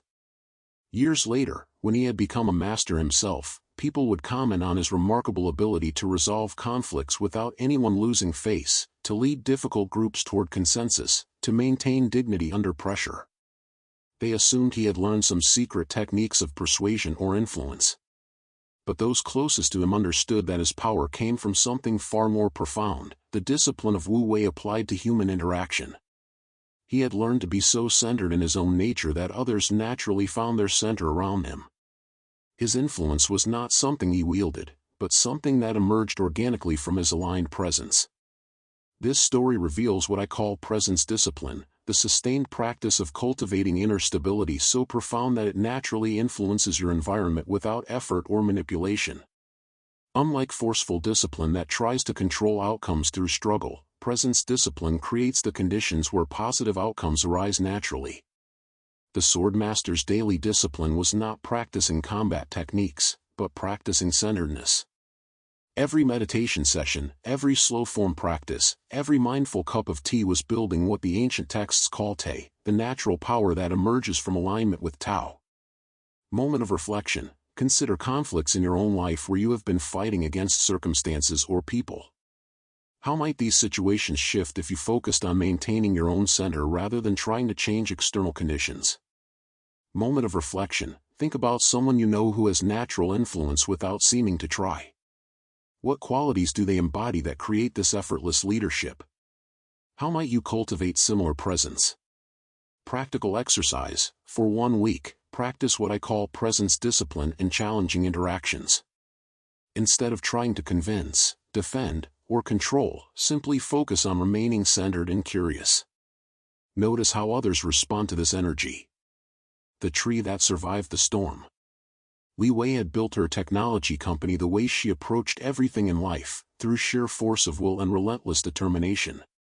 By age 35, she commanded a workforce of 300 people, her software solutions were used by millions, and business magazines featured her on their covers as an example of entrepreneurial excellence.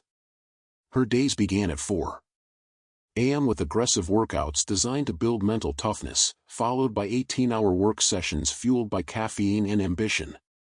She demanded the same intensity from her employees, creating a culture where overwork was worn like a badge of honor and rest was viewed as weakness. Sleep is for those who lack commitment, she would say during her legendary all-night strategy sessions. We don't have time for balance when we're building an empire. Her company grew like a wildfire, spectacular, consuming, and ultimately unsustainable. Talented employees burned out and left. Rushed product launches created reputation problems. The constant stress culture led to costly mistakes and growing resentment among investors. Then came the storm that would change everything.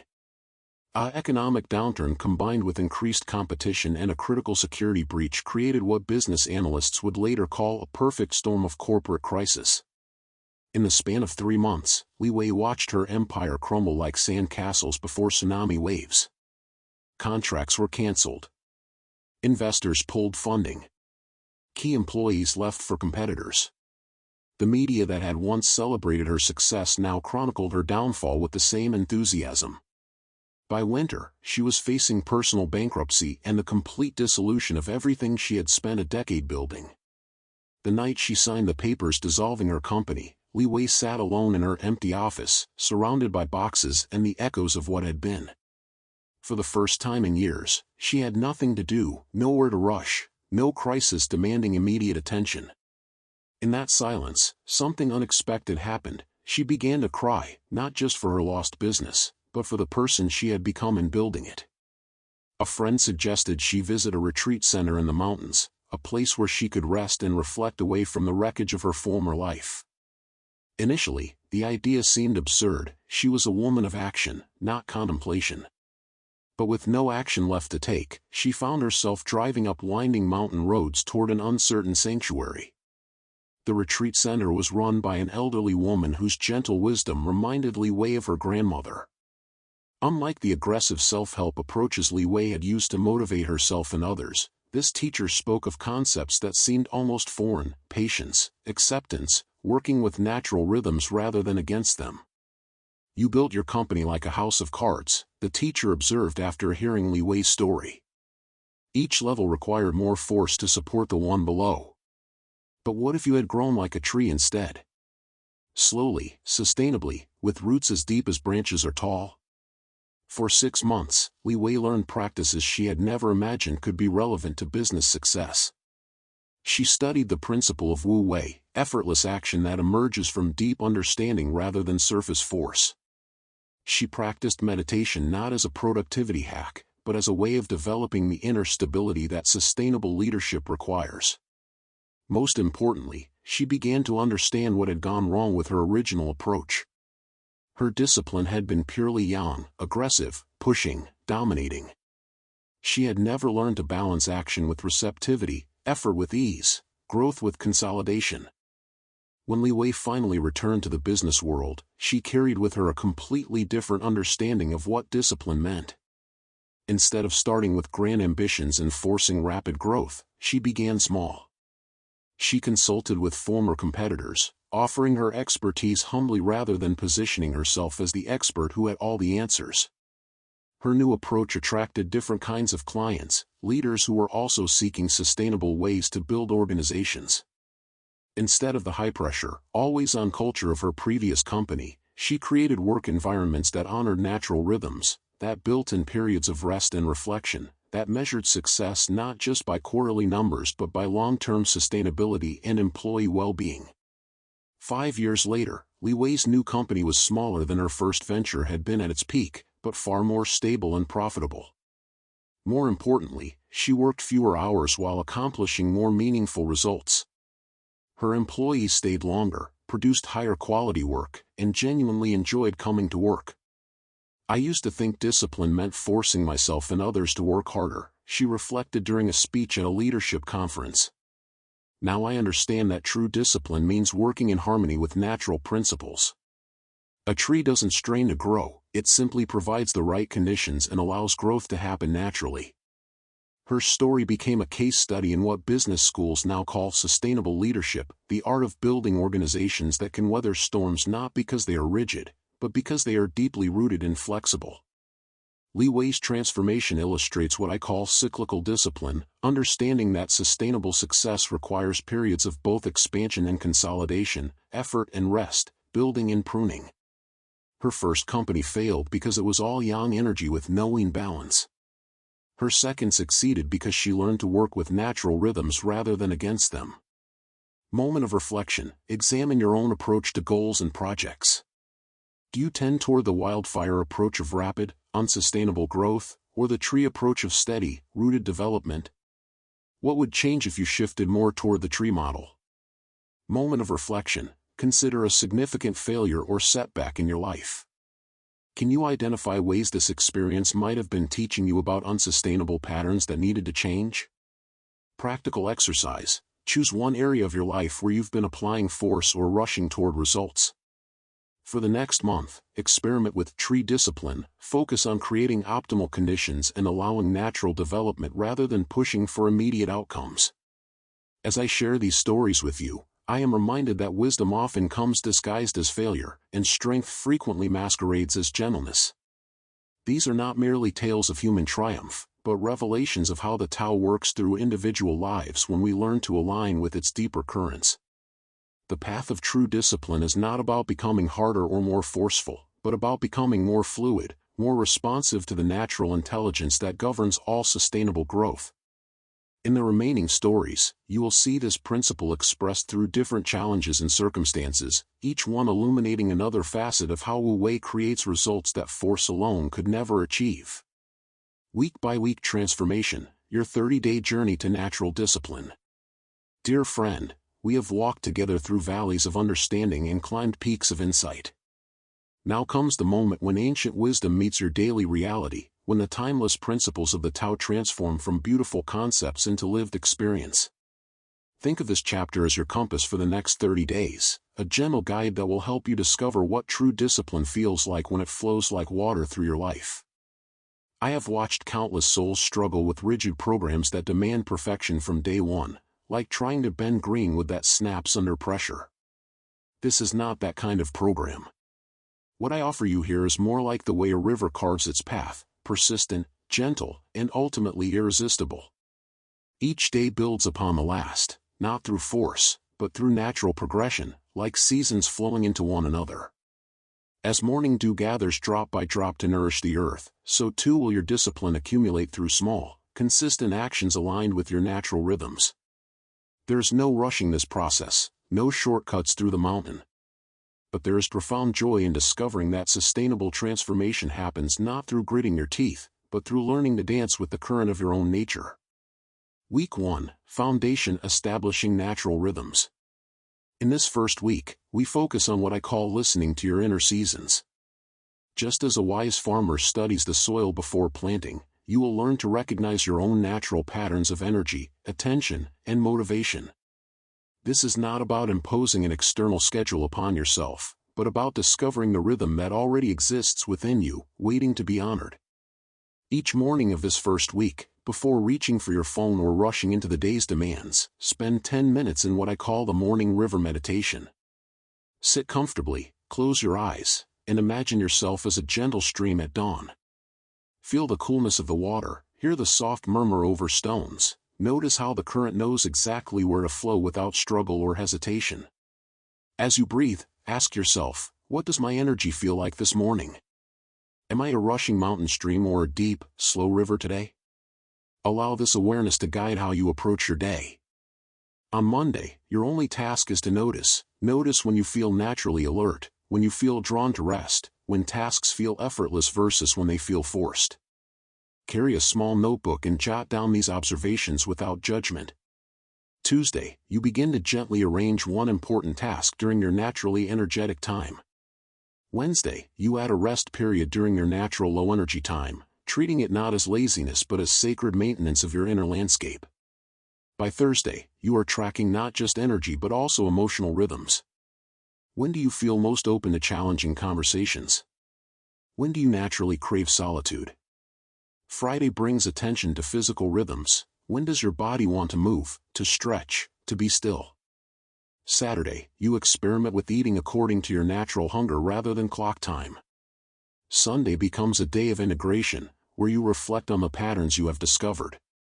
The key insight of this first week is that discipline built upon your natural foundation requires far less force than discipline imposed against it. You are not trying to become someone else, you are learning to become more skillfully yourself. Like a gardener who succeeds by understanding the soil, you are learning the conditions under which your best self naturally flourishes. Week 2, fluid as developing Wu Wei in daily actions. With your foundation established, we now explore the art of effortless effort. This week, you will discover what it feels like when action arises from alignment rather than struggle, when discipline becomes as natural as breathing. The ancient masters spoke of Wei Wu Wei, doing without forcing, acting without strain. This is not passivity, but rather action that flows from such deep alignment with natural principles that resistance dissolves. Your morning practice expands to include the bamboo breath. Before beginning any challenging task this week, take 3 deep breaths and imagine yourself as bamboo in a storm, flexible enough to bend completely yet strong enough to spring back unbroken. This breath teaches your nervous system that you can meet resistance without becoming rigid, that you can be both responsive and resilient. Monday through Wednesday, you practice finding the path of least resistance in familiar activities. Notice how you can wash dishes with grace instead of rushing, how you can write emails from a place of clarity rather than urgency. This is not about moving slowly. Sometimes the path of least resistance is swift action.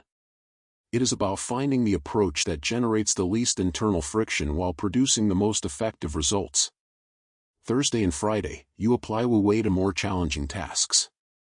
Before tackling that difficult project or having that awkward conversation, pause and ask, what would water do here? Water finds the way around obstacles, flows steadily toward its destination, and shapes mountains through patience rather than aggression. You begin to discover that many problems solve themselves when approached with this fluid intelligence. The weekend introduces what I call productive receptivity, learning to accomplish goals by creating space for solutions to emerge rather than forcing outcomes.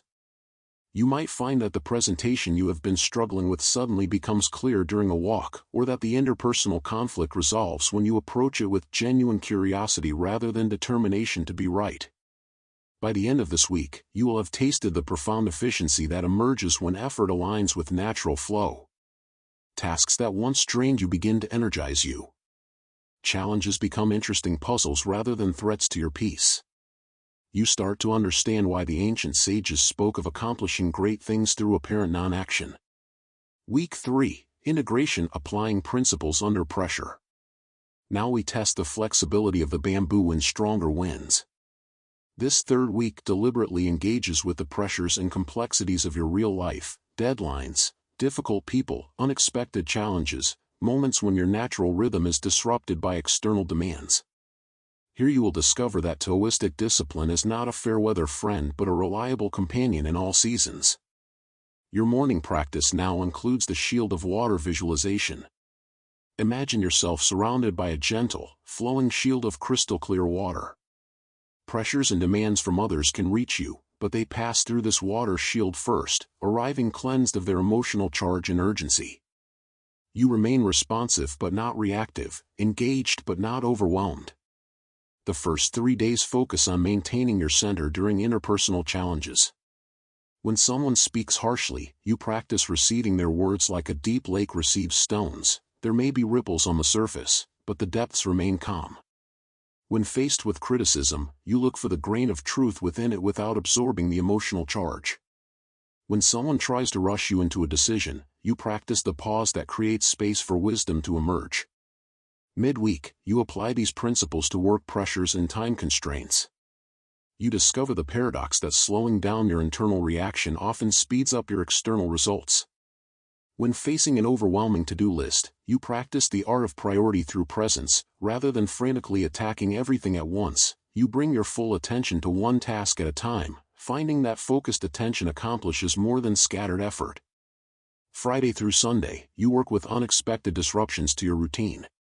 Flight delays, sick children, technology failures, canceled plans, these become opportunities to practice what I call dancing with chaos. Instead of rigidly clinging to your original plan, you learn to find the hidden invitation within each disruption, the alternate path that might actually serve you better than your intended route. The profound realization of this week is that external pressure does not have to create internal pressure. You can meet the world's urgency with your own steady pace, respond to chaos with your own inner order, engage with conflict from your own peaceful center. This is true strength, not the brittle hardness that breaks under pressure, but the flexible resilience that bends and springs back stronger. Week 4, Refinement, Cultivating Te, Natural Power. In this final week, we explore the subtle art of natural influence and authentic power. Te, in the Taoist tradition, refers to the magnetic presence that emerges when someone is deeply aligned with their authentic nature and natural principles. This is not power over others, but the kind of presence that naturally inspires, calms, and elevates those around you. Your morning practice now includes the mountain meditation. Sitting tall but relaxed, you imagine yourself as an ancient mountain, utterly stable, requiring no effort to maintain your presence, yet radiating a quiet strength that influences everything around you. Weather passes over you, seasons change around you, but your essential nature remains constant and serene. The first part of this week focuses on what I call leading by example without trying to lead. You practice embodying the qualities you would like to see in the world: patience in traffic, kindness to difficult service workers, calm presence during family stress, not as a performance or strategy, but as a natural expression of your increasingly centered self.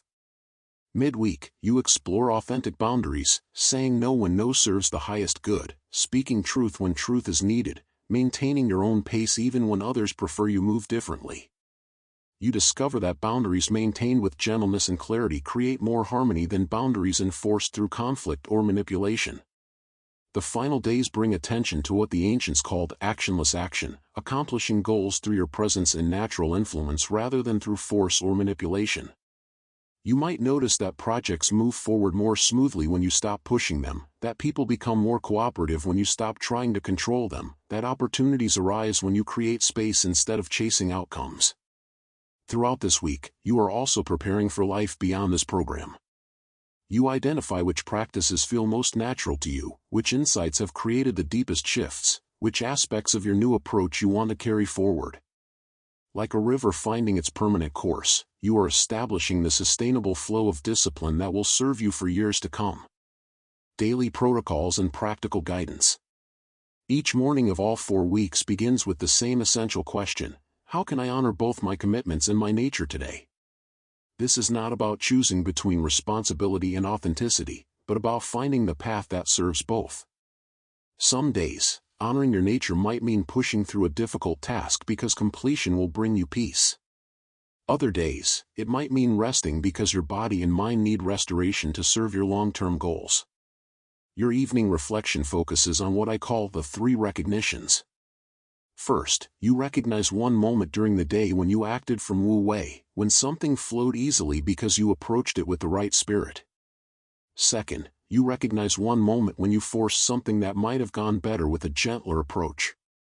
Third, you recognize one way that your growing discipline served not just your own goals but somehow contributed to the greater good around you. When obstacles arise, and they will, you have specific protocols for each type of resistance. For procrastination, you practice the smallest possible step approach, like water beginning to flow through the tiniest crack in a dam. For overwhelm, you return to the breath and ask, what is the one thing that would make the biggest difference right now?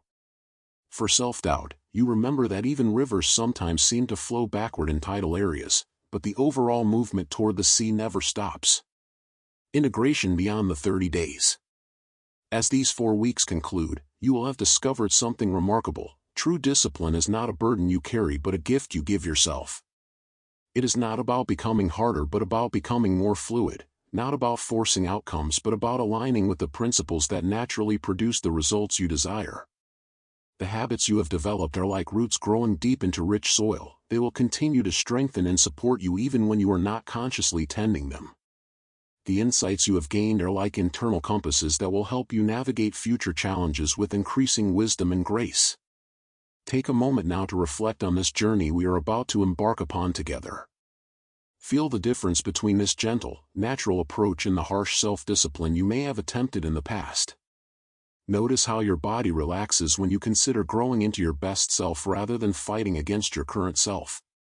This relaxation is not weakness, it is the sign that you are finally working with your nature rather than against it. The path ahead is not always easy, but it is always natural. Like water returning to the sea, like seasons following their eternal cycle, like bamboo growing toward the light while staying rooted in the earth, your disciplined life can become an expression of the deepest principles that govern all sustainable growth and lasting achievement. Trust the process, honor your nature, and allow your discipline to become as natural and powerful as the river that shapes mountains simply by flowing faithfully toward its destination. Integration, commitment, and the path forward. As I sit here in the gentle quiet of dawn, watching mist rise from the valley below, I am reminded of something profound. The morning fog does not strain to become the sky, yet it naturally ascends, transformed by invisible forces into something greater than itself. This is the nature of true discipline, not a destination we muscle our way toward, but a continuous becoming that unfolds when we align ourselves with the deeper currents of existence. After walking this path together through 7 chapters, exploring the valleys of struggle and the peaks of understanding, we arrive at what the ancient tradition calls the return, not an ending, but a spiral back to the beginning, now carrying the wisdom of the journey. The discipline you have cultivated over these weeks is no longer just a collection of techniques or habits. It has become something alive within you, a flowing spring of natural power that will continue to nourish your days long after you close this book. Discipline as spiritual path, beyond achievement to becoming. There was a time, perhaps not so long ago, when you approached discipline as I once watched a young farmer attack his land with furious determination, trying to force crops from soil he had never learned to understand. The farmer worked from sunrise to sunset, fighting weeds, cursing weather, and exhausting himself in battles against nature's rhythms. His discipline was real, his effort admirable, yet his harvests remained meager and his body grew bent with premature age. One season, drought forced him to stillness. Unable to water, unable to plant, unable to act, he simply sat with his land and began, for the first time, to listen. In that listening, he discovered something extraordinary. The field had its own intelligence, its own timing, its own way of flourishing. When the rains returned, his approach had transformed. He worked with the same dedication but now as a partner in conversation with forces greater than his individual will. This is the transformation I witness in those who practice Taoist discipline deeply, the shift from conquest to conversation, from domination to collaboration with life itself. The habits you maintain, the goals you pursue, the challenges you meet all become expressions of a deeper spiritual dialogue. You are no longer trying to improve yourself through discipline, you are allowing discipline to reveal who you have always been beneath the layers of struggle and striving. Reflection. Notice how your relationship with effort has shifted. Where do you feel the difference between pushing and flowing in your daily practices? What does your discipline reveal about your deeper nature? Reflection. Consider the goals that once drove you with desperate urgency. How do they feel now when touched by the light of Wu Wei? What remains essential when stripped of ego's demands? Practice, each morning this week, before engaging in any disciplined action, pause and ask, how does this serve my becoming rather than just my achieving? Let the answer inform the quality of your effort. Keeping the sacred fire alive, systems for renewal. The mountain stream never needs to remind itself to flow, its movement is sustained by connection to an inexhaustible source high in the peaks. Yet we humans, living in valleys often cut off from such clear connection, must cultivate conscious practices of renewal, ways of returning to the wellspring that feeds our deepest disciplines. I have observed that most who begin this path with enthusiasm find themselves, months later, drinking from a gradually emptying cup. Not because the practices cease to work, but because they forget to tend the source from which all sustainable discipline flows. They mistake the techniques for the teaching, the habits for the heart, the form for the formless Tao that gives it life. True sustainability in Taoist discipline comes not from willpower, that most exhaustible of resources, but from staying connected to what the tradition calls the uncarved block, the original simplicity that needs no motivation because it acts from its essential nature. This requires building what I call systems of return, regular ways of touching back into the wordless source of all your practices. Create a monthly ritual of simplification, a time when you examine your routines and release what has become mechanical or forced. Like a gardener pruning dead branches to allow new growth, periodically clear away practices that no longer serve the living spirit of your discipline. The goal is not to maintain every habit you have built, but to keep alive the quality of presence that makes any habit sacred. Seek the company of others who understand this path, even if such community exists only in books or online spaces. The Western mind, trained in isolation and competition, needs regular reminders that discipline can be gentle, that strength can be soft, that the most profound achievements often look like the simplest daily acts of alignment with natural law. Reflection: what practices or goals in your life have become mechanical rather than alive? How can you breathe fresh spirit into routines that have grown stale? Reflection: where do you find community that supports your understanding of effortless effort? What relationships nourish the contemplative aspect of your discipline? Practice: establish a monthly return ritual, a time for walking in nature, reading wisdom teachings, or sitting in meditation, specifically dedicated to reconnecting with the source of your motivation. Mark this time as sacred, non-negotiable space for renewal. Dancing with the yang world, maintaining center in chaos. The ancient Taoists understood something our modern world has largely forgotten: it is possible to be fully engaged with life's demands while remaining internally unshaken, like the eye of a hurricane, intensely present at the center of great movement, yet fundamentally still. This becomes essential when your gentle, water-like discipline meets the sharp edges and urgent demands of a yang-dominated world. I watch students of this path struggle when they return to offices that worship speed over sustainability, relationships that mistake drama for intimacy, and cultures that equate worth with exhaustion. They wonder if there is something wrong with their newfound preference for depth over haste, for quality over quantity, for being overdoing. They fear they have become soft in a world that rewards hardness. But here is what I have learned through decades of observation: those who master Taoist discipline do not become less effective in yang environments, they become mysteriously more so. Like water that adapts to any container while retaining its essential nature, they meet intensity with intensity, speed with appropriate speed, yet never lose connection to the vast stillness within from which all their actions flow. The key is what the tradition calls Wu Wei in action, maintaining the inner posture of non-forcing even while engaging fully with external demands. This means speaking up in meetings not from ego's need to be heard, but from genuine service to what wants to emerge. It means working long hours when truly needed, but from renewable energy rather than nervous anxiety.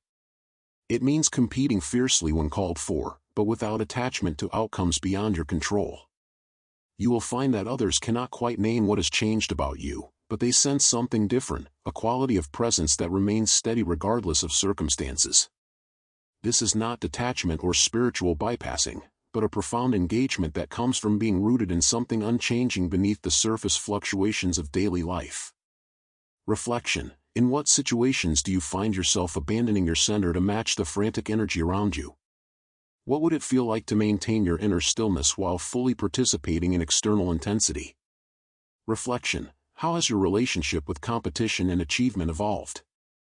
Where do you notice the difference between ego-driven action and action that flows from deeper wisdom? Practice. Choose one high-pressure situation in your life to practice Wu Wei in action. Before entering that environment, take 3 conscious breaths and set the intention to respond from your center rather than react from surface emotions. Notice the difference in both your experience and your effectiveness. The mastery paradox, surrendering control to find true power. There comes a moment on this path, perhaps you have already felt its approach, when you realize that the more skillfully you practice these principles, the less you feel like the one doing the practicing. It is as if the discipline begins to live itself through you, the way a river flows without effort from mountain to sea, following laws more ancient and wise than any personal intention. This can be deeply unsettling to the mind that began this journey seeking greater control over life's circumstances. We start with techniques for better habits, strategies for increased effectiveness, methods for achieving our goals with less struggle. All of this comes to pass, often beyond our wildest expectations. But something else happens too. We begin to taste the profound mystery of life living itself through us when we stop interfering with its natural intelligence. The master archer, after years of disciplined practice, no longer aims at the target. Instead, the bow, arrow, target, and archer become one movement of natural precision. The master musician does not play the instrument, the music plays itself through fingers that have learned perfect receptivity to the song wanting to be born. The master gardener does not force growth from the earth, they create conditions where life's inherent tendency toward flourishing can express itself freely. This is the ultimate fruit of Taoist discipline, not the ability to control life, but the wisdom to align so completely with its deeper patterns that your personal will becomes transparent to universal will. Your goals still matter, your efforts still count, your choices still have consequences. But all of these are held lightly, like tools in the hands of a craftsman who has transcended technique to touch artistry. You may find yourself caring deeply about outcomes while simultaneously feeling peaceful about whatever actually occurs.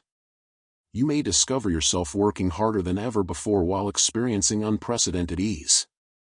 You may notice that life seems to conspire in your favor not because you have learned to manipulate circumstances, but because you have learned to dance with them. Reflection. Where in your life do you notice the shift from you doing discipline to discipline expressing itself through you? How does this feel different from your earlier relationship with self-improvement? Reflection. What aspects of control are you ready to release in order to access deeper forms of power? Where does the fear of surrender still arise, and what might it be protecting? Practice. Choose one area of life where you have been forcing outcomes and experiment with holding your intention lightly while taking inspired action. Notice what wants to emerge when you stop trying to control the process. Creating your personal Tao, honoring uniqueness within universal principles. The Tao that can be spoken is not the eternal Tao, and equally true, the discipline that can be perfectly replicated is not the discipline that will truly serve your unique path. While the principles we have explored together are universal, water always seeks its level, plants always grow toward light, winter always yields to spring, their application through your particular life will be as individual as your fingerprint. I have seen students become so devoted to following the practices exactly as taught that they miss the deeper teaching. These are not rigid prescriptions but invitations to discover your own authentic relationship with natural law. The morning ritual that transforms one person may feel forced and artificial to another. The meditation technique that opens vast inner space for your friend may create tension in your system. The goal-setting approach that aligns perfectly with your colleague's nature may contradict everything your deeper wisdom knows about your path. This is not failure, this is the beginning of true mastery. Like a musician who learns scales not to become a perfect scale player but to eventually improvise with complete freedom, you have learned these practices to develop your own spontaneous wisdom about what each moment calls for. Your discipline becomes truly Taoist when it flows from internal listening rather than external rules, when it serves your authentic nature rather than some idealized version of who you think you should become. Trust the quiet voice within that says more of this or less of that, or not now, but later, or yes, but with this adjustment. Trust your body's signals, your energy's rhythms, your heart's deeper knowing about what actually serves your flourishing. The practices are meant to develop this inner compass, not to replace it with someone else's navigation system. create your own rituals that honor both the timeless wisdom of the tradition and the specific requirements of your contemporary life. Adapt the ancient techniques to fit your schedule, your temperament, your responsibilities, your dreams. Let your discipline become a living conversation between eternal principles and your evolving understanding of how they want to express themselves through your particular existence. Reflection: which practices from this book feel most alive and sustainable for your specific life circumstances? Which ones might need modification to truly serve your nature? Reflection: where do you notice the difference between following external guidance and responding to internal wisdom? How has your capacity for self-trust evolved through this journey? Practice: design one entirely personal practice that combines Taoist principles with your unique interests, schedule, and needs. Let it be an expression of your individual relationship with the eternal Tao. The silent commitment: vows made to life itself.